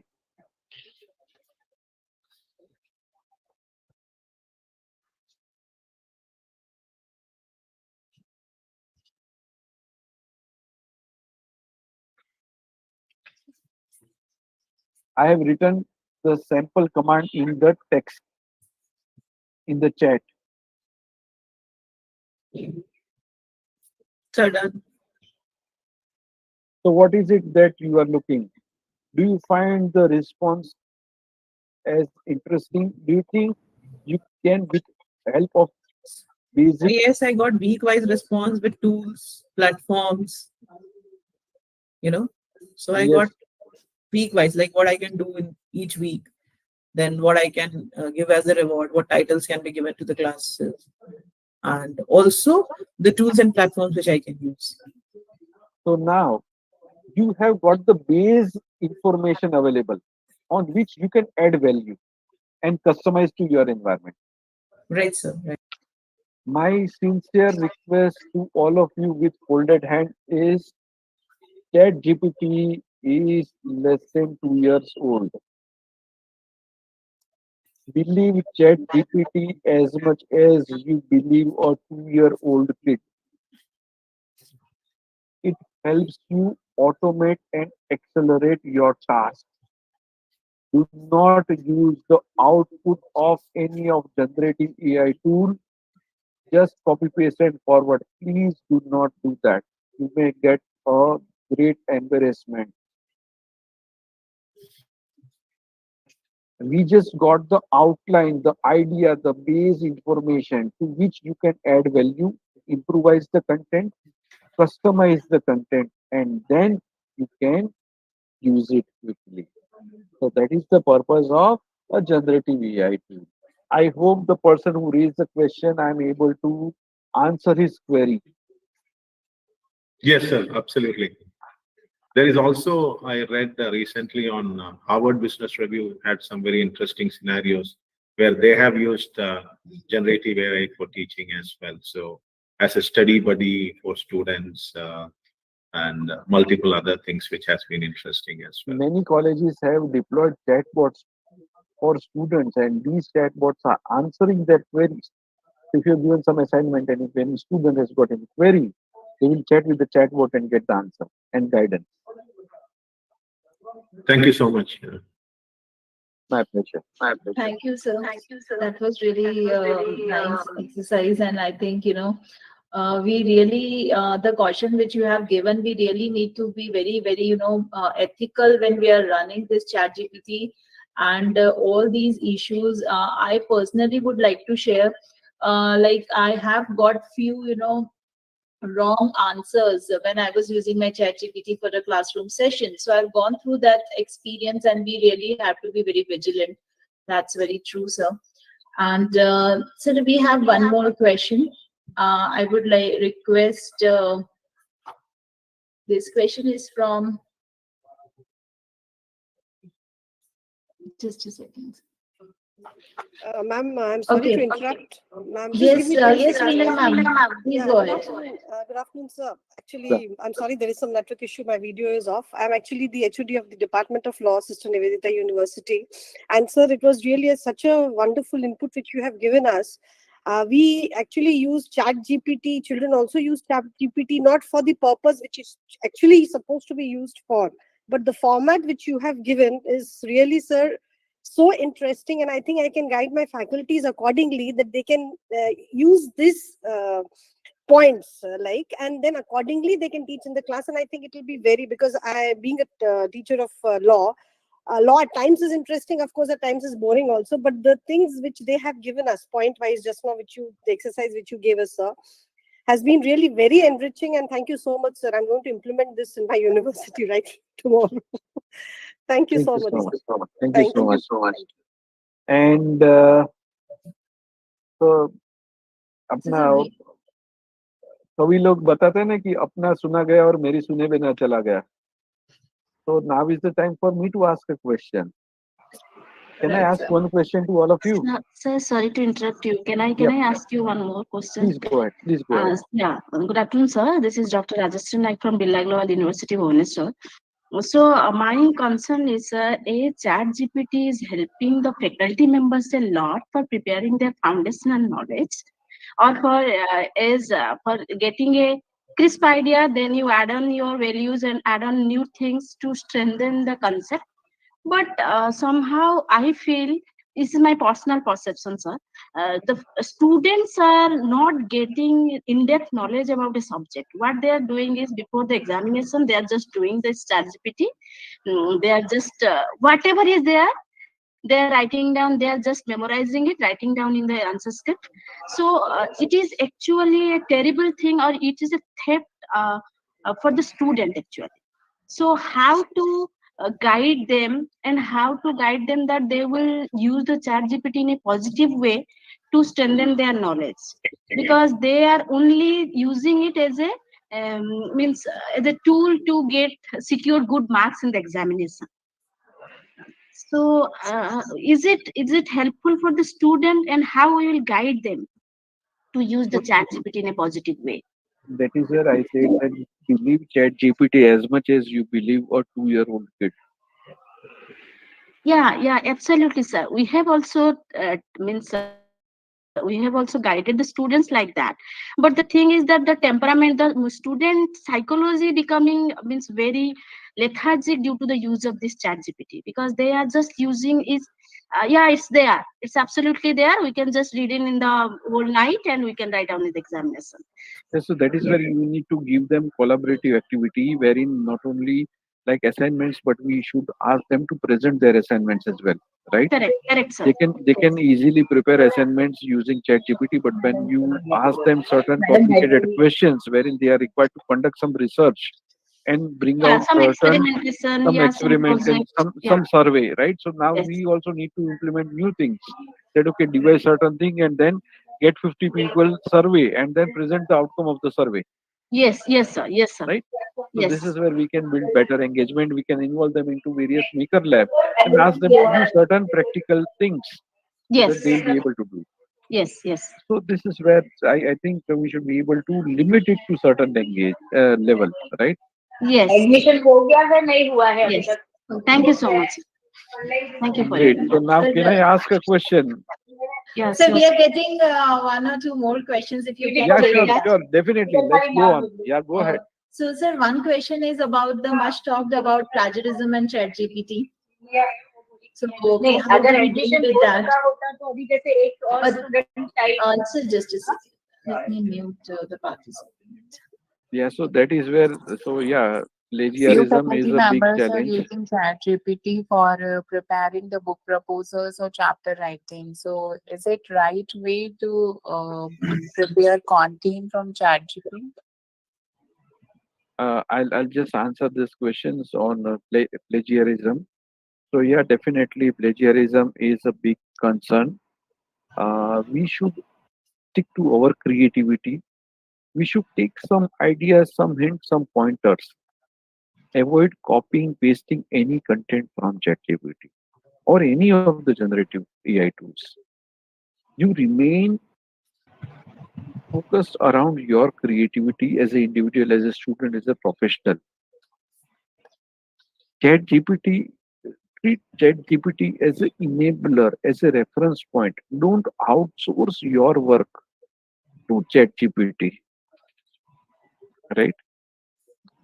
Write certain points and see that if you would like to add a couple of more points, then refer ChatGPT for additional information. The way we used Google earlier, right? the form of output of chat GPT is in a way that you can simply copy paste and use it, but avoid doing that. Yes, madam, we can go Thank you, for sir. your question. Yes, Yes, please. sir. And sir, a few of the participants would like to know if you can share some AI tools with them, particularly can be used for gamification or All something. right, let us maybe from gamification, let us move to binge. Okay, go to chat. Okay, go to this chat.binge.com.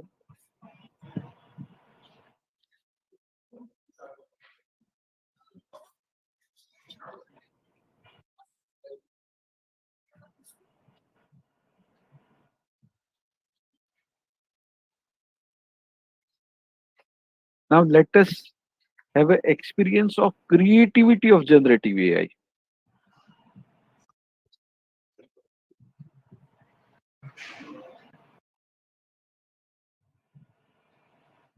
Sir, apologies. Can you please repeat the name of the website? AI Not tool? WhatsApp, not WhatsApp. It's their chat.binge.com. Yes, sir. Website I was asking. Okay, thank you Yeah. so much. Yeah, madam. It is BING only. E is not there. Yes, it's already given by sir. Yeah.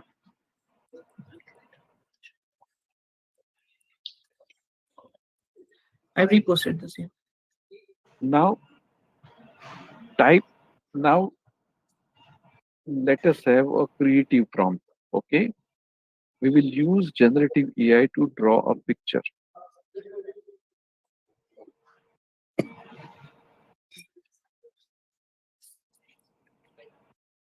So give a prompt. Draw a picture of an Indian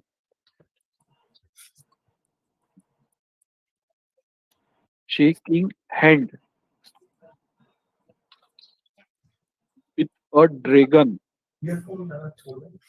in the city of New York.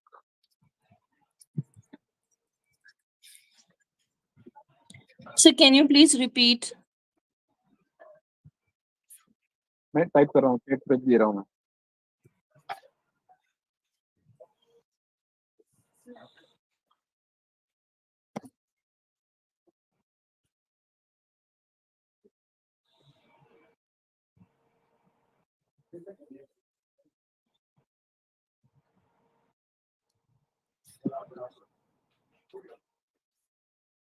मैंने chat पे दिया है. Draw a picture of an Indian aged 40 shaking hand with a dragon in the city of New York. एक Indian आदमी dragon के साथ में shake hand कर रहा है न्यूयॉर्क सिटी में.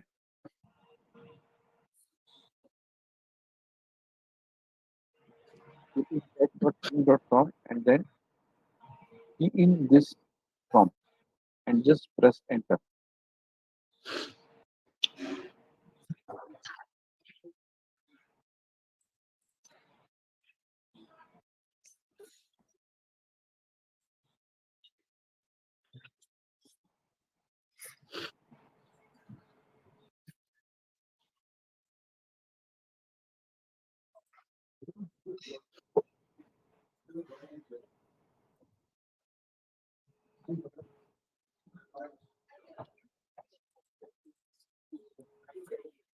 Are you getting 4 options?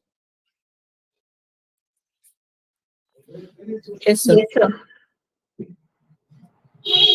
Do you find it interesting? Yes, sir. Yes, sir. Earlier, generating such a graphic was not possible. Correct, sir. So, sir, in the morning also we were talking on this, that this creativity of AI is really going to take a job of many. No, it would not take away jobs. So this is where I would like to refer quote of Eric Brynjolfsson, who is the director of MIT, and he says technology is responsible for generating jobs as well as taking away jobs from people. Right? The jobs are going to reshape, I think. It would generate new jobs, right? Right. The way I said, Uber driver or Swiggy driver, such jobs did not exist. Social media managers, such job never existed.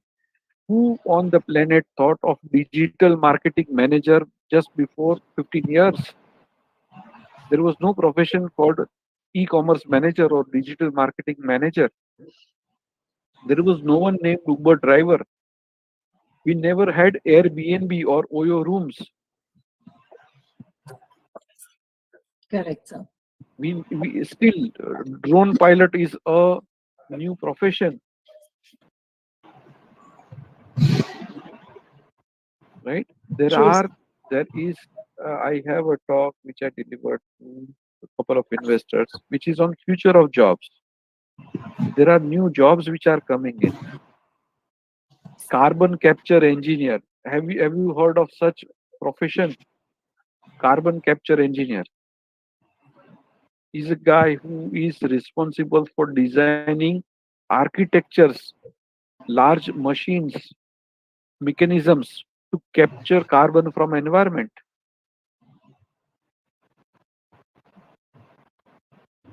Right, sir. So very, interesting change in education system and Ocean courses waste and curriculum we are going to see. Yes. Ocean waste recycler. Now, what is this ocean waste recycler? Right.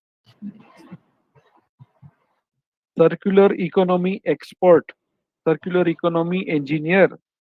What does this guy do? So, sir, in continuation, if you permit me, I would also like to know if you can, share your insights that how India positioned itself when we are talking about the world, because sir, you have an exposure or global exposure.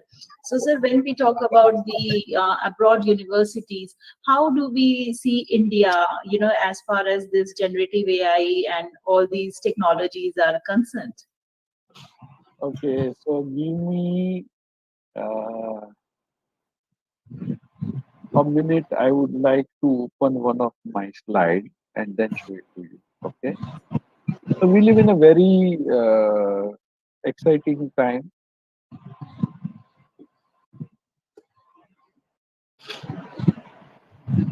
Okay. I got the slide. Where is it? I'll just share my screen and tell you. Hello, sir. Yes, tell me, sir.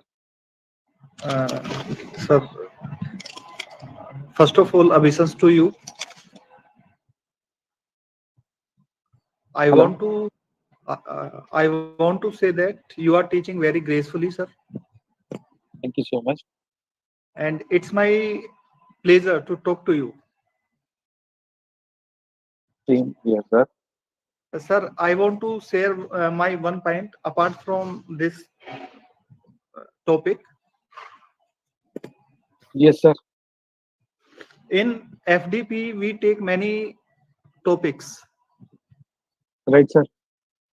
Sir, assistance for economically weak students should be taken in FDP. Apart from the policy of government, apart from the policy of institution, teachers at their personal level should help economically weak students with the help of books, school fee, etc. Some selected students which are really in the need of help. This should be included in FDP in future. This is my point that I want to share with you. Well, I guess the host of the FDP are the right people to answer this question. I have my own limitations to answer this. So, sir, I think why not? It is a very welcome suggestion. And since, we are the galaxy of faculties meeting together, why not, each of us, I think, have an aim to promote an inclusion of education. So definitely next time we'll take care of this in our next FDP, sir. Thank you for your inputs. Thank you, ma'am. Thank you, sir. Thank you. So let us resume the answer for the earlier question. So l- these are 12 pointers. This make India a great market. If you look at the first point, we are world's second largest internet user base. We are number 2 in terms of data consumption. We are world's number 1 in terms of real-time payments by value as well as volume. Our UPI has made us number 1. 48% of the digital transactions happening on this planet are in our country. We are third largest startup ecosystem and number 1 edtech startup ecosystem. We are number 3 in terms of adding new unicorns. We are number 2 in terms of social media user base. First one is internet user base. This is social media user base. All of us are consuming various social media platforms and contents served on these platforms, be it YouTube, Twitter, or now it's called X, or Instagram, or LinkedIn, or even Facebook. We are going beyond WhatsApp, consuming this content. We're number 1 in terms of export of software services. In 2021, India exported more softwares than oil exported by Saudi Arabia. We are number 1 in terms of adding new graduates. 7 million graduates every year are being added to our industry. You've got cheapest data on the planet. Less than 10 cents a GB is the average Indian price. We are largest in English-speaking population outside native countries. We are one of the fastest growing economy on the planet. And the entire country is undergoing digital transformation. Right from government to any startup, everyone is adopting digital technologies at scale. So this makes Indian economy and outlook for industry and students and all professionals brighter and better than any other economies in the world. At least top 5 economies में हमारा economy है, तो हमें और क्या चाहिए? With God's grace and सबके आशीर्वाद से हम लोग सही जगह पे सही economy condition में है. All we need to do is we need to continue the momentum and grow with the economy. Right, sir. I think this data will make all of us feel proud and really very interesting. Sir, can we expect the reverse brain drain in coming time? Yeah, let's get ready because मैं तो पहले से यही बोल रहा था या तो मुझे इंडिया बहुत पसंद है. अभी वो सब सारे रिवर्स ब्रेन ड्रेनर्स आने वाले हैं. Yes, sir, because now I think a lot of rules regarding the foreign institution setups and foreign universities in India have also opened up. वो सारी फ्लोटिंग पॉपुलेशन आने वाली है वापस. So all the participants here, we need to prepare ourselves. We can expect reverse brain drain very soon. No, that's absolutely fine. Our market, our industry has got a lot of room to accommodate them. So not to feel insecure because we have been doing things at the field at nut and bolt level. So we have decent experience and exposure. So not to worry about that. Don't feel insecure. Right, sir. Sir, if my good afternoon, sir. If I may interrupt, so I need to ask a query I have that I have seen that the teaching is evolving, the teaching landscape is evolving, and we can see how fast is the rate. And there has always been a gap between academia and industry. So we take up some FDPs to actually kind of fill up the gap that we face because we are not part of industry, but we can see and observe and then tell the students how to develop or adapt to that. Now, coming with the age of this generative AI tools that are we are seeing that are available at the click of at just a click. Now I'm seeing that how we as in instructors and educators can enhance ourselves to use these at a right rate and how we can identify the tools. I can see that Chat GPT and then Binge, and we have Gemini and Indian generative AI perplexity that is being used is also there, but many of us as an educator doesn't know about it. Now, how we can actually ensure that we are keeping up with the pace? So that is where I have given a suggestion, a proposal, a idea, a request, a plea to certain high-powered officials in the education ecosystem, mentioning that you guys are recommending internship for students, but please allow or request or propagate the idea of internship for faculties. How about a faculty going to a startup and working with them for 1 month? There are So lot this many is a new very things. nice idea. There are lot many new True, things sir. which are Very true. happening, right? What if you Yes, guys sir. can go and then work with a startup on during vacation period, right? Yes, sir. So But the it will education actually help. system, is so rigid, wherein I got promptly discouraged by saying, "तो हमें vacation कब मिलेगा?"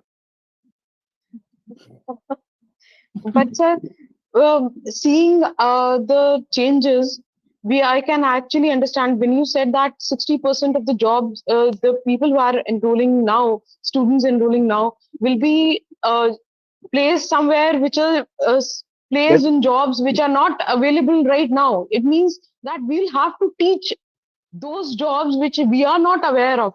These will be a part of curriculum that will be undertaking without see, having experience. right now, we are moving away. Our economy is moving away from fossil fuel to electric vehicle.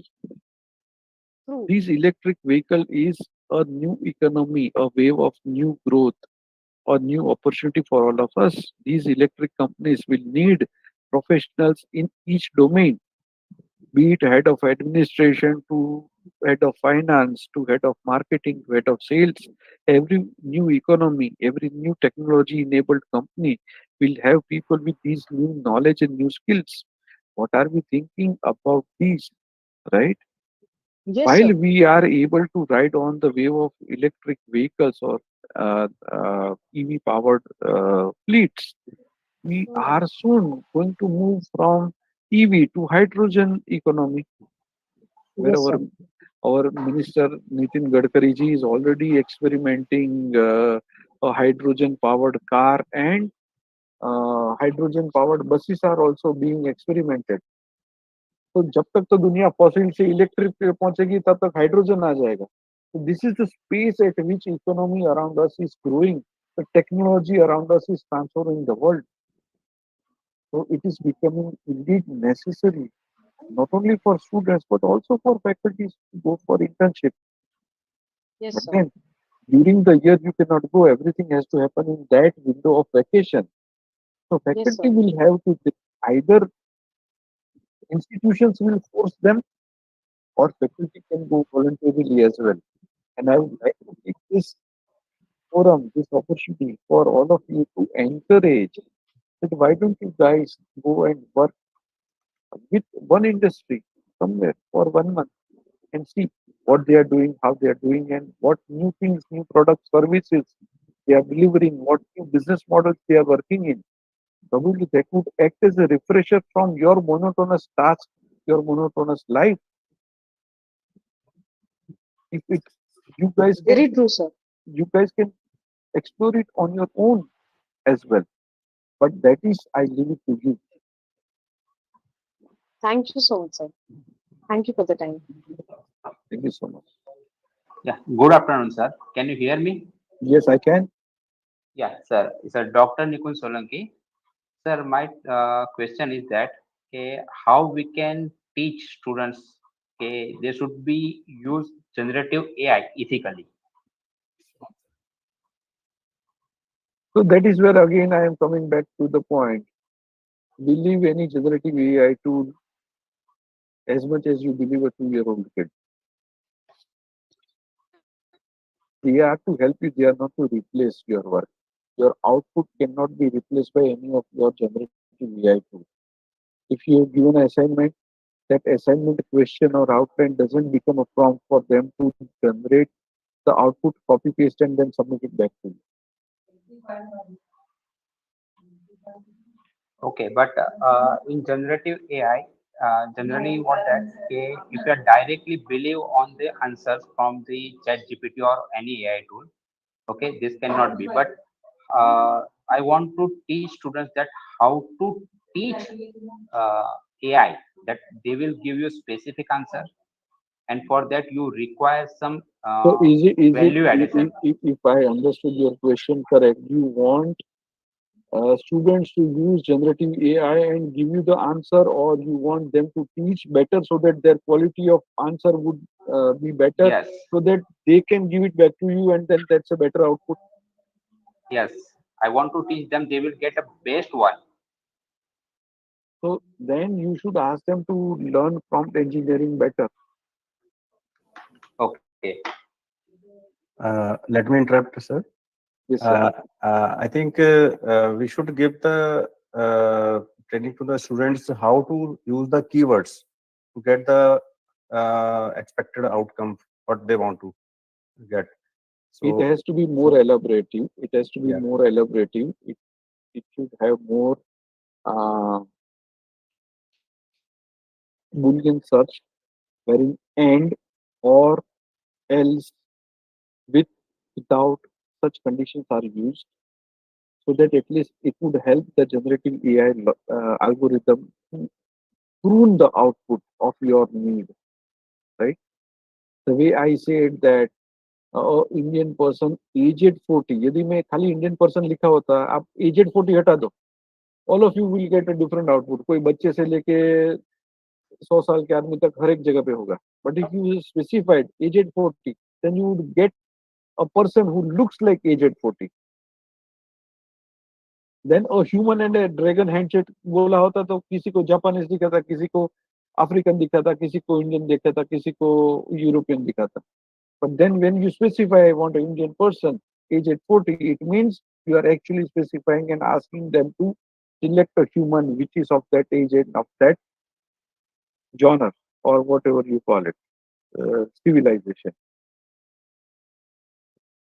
right?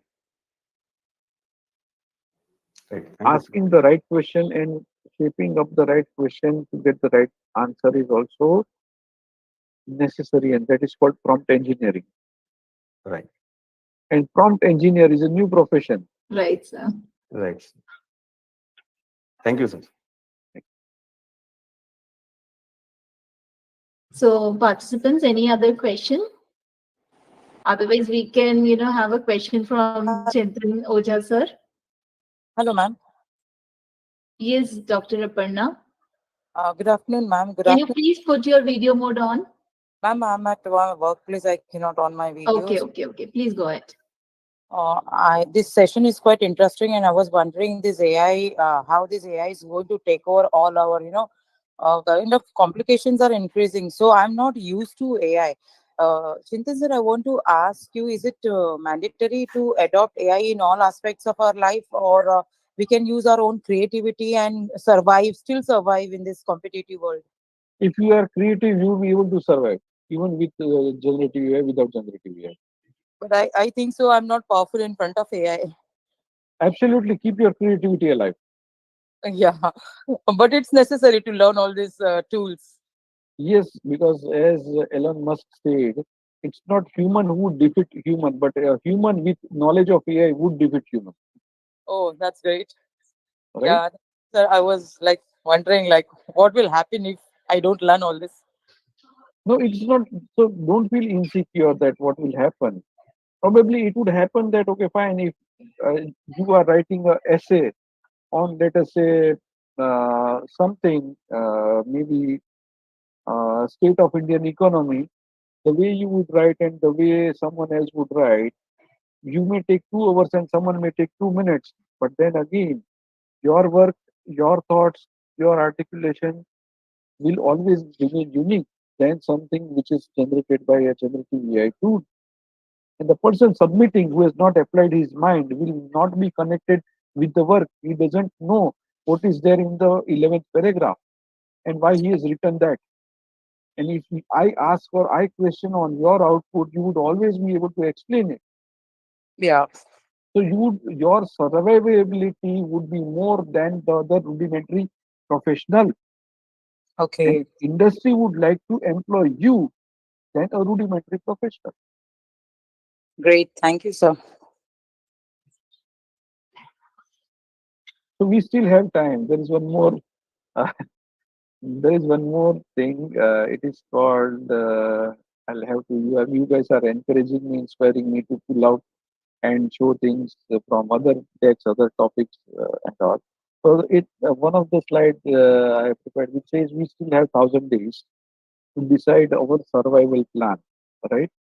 We need to be creative. We need to learn problem solving. We need to learn how to interact with humans better. We need to learn how to develop teams and work in teams and lead teams. We need to know how to sing better. We need to know how to write better. We need to know how to draw better. So these are the basic skills. We still have 1,000 days before robots come and then take over these skills. Right, sir. So I think, sir, we can take your question. All right. So now is my time. If you were to share your feedback about my session in one word, what that word could be, type in the chat section. If you were to share feedback about my session in just one word, what that word could be, please type in the chat section. I repeat, if you were to share feedback about my session in just one word, what that word could be, please type in But the chat actually, section. there are so many words right now in our mind. So, putting just your whole session in one word is quite difficult, sir, I think, for most of us. Okay, so let me make it more difficult. You cannot use the word used by someone else. No. You cannot repeat the word. So now identify a unique one and then put it.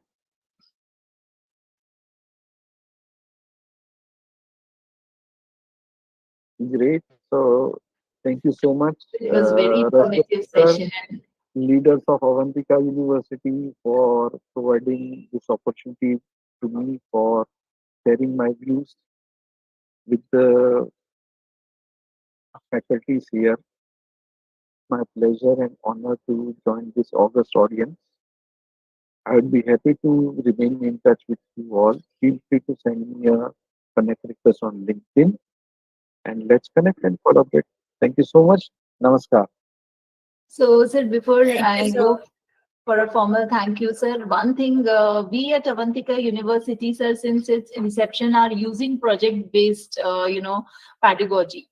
So I think the whole outcome of this session has, really put us that yes, we are doing it right way, because our whole pedagogy is like project-based and experiential learning. So just wanted to share with you, sir. And we extend our sincere thanks to Mr. Chintan Ojha for his enlightening session on understanding the evolving landscape of education. His wealth of experience and deep insights have greatly enriched our faculty development program. Mr. Chintan Ojha, we are enthusiastic about the possibility of future collaborations and forging a long-term association with Avantika University. Your expertise in technology, innovation, and entrepreneurship aligns perfectly with our vision for advancing education and research. We look forward to explore opportunities where we can work together to drive meaningful impact in academia and beyond. And sir, one more thing, really thankful, personally thankful for the session. And may I request all the participants to please put your video mode on so that we can have a virtual photograph with our speaker.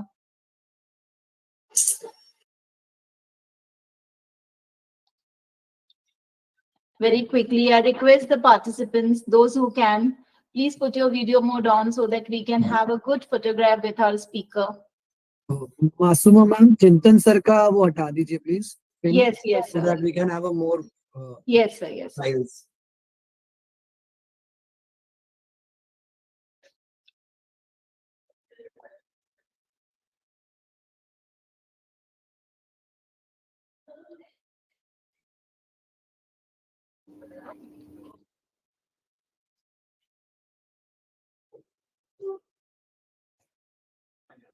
So, sir, thank you once again on behalf of Avantika University. It was really indeed a great session to host you, sir. And we're looking forward to, have a lot of collaborations and meetings with you. Thank you so much. And to all the esteemed participants, we eagerly anticipate your continued participation in our upcoming sessions. And we have shared, my colleague has shared a feedback link with you people in a chat box. Please make sure to fill that up. Thank you and have a nice day to all of you. All the participants to note that the feedback link will be closed by 3 p.m. So I request all of you to fill, just it will take 1 minute, and only through that we are going to count your attendance of today. So just fill the feedback link as it is going to be closed by 3 p.m. today. I suggest please repost it again in the chat so that they can see the latest chat. Yes, ma'am. We have reposted it twice, thrice, and we have reposted it in the WhatsApp group also. Will the slides be available? Is it shareable? So the whole recording will be available. Okay, participants, so we really anticipate the whole lot of good attendance tomorrow also, and we are looking for, much awaited sessions on the same AI and transformative educations with a lot of insights and information. Chintan sir, thank you from the bottom of our heart on behalf of Avantika University. Thank you. Thank you so much. With your permission, can I log off now? Yes, sir. Yes, sir. Please. Thank you so much. Thank you. Bye.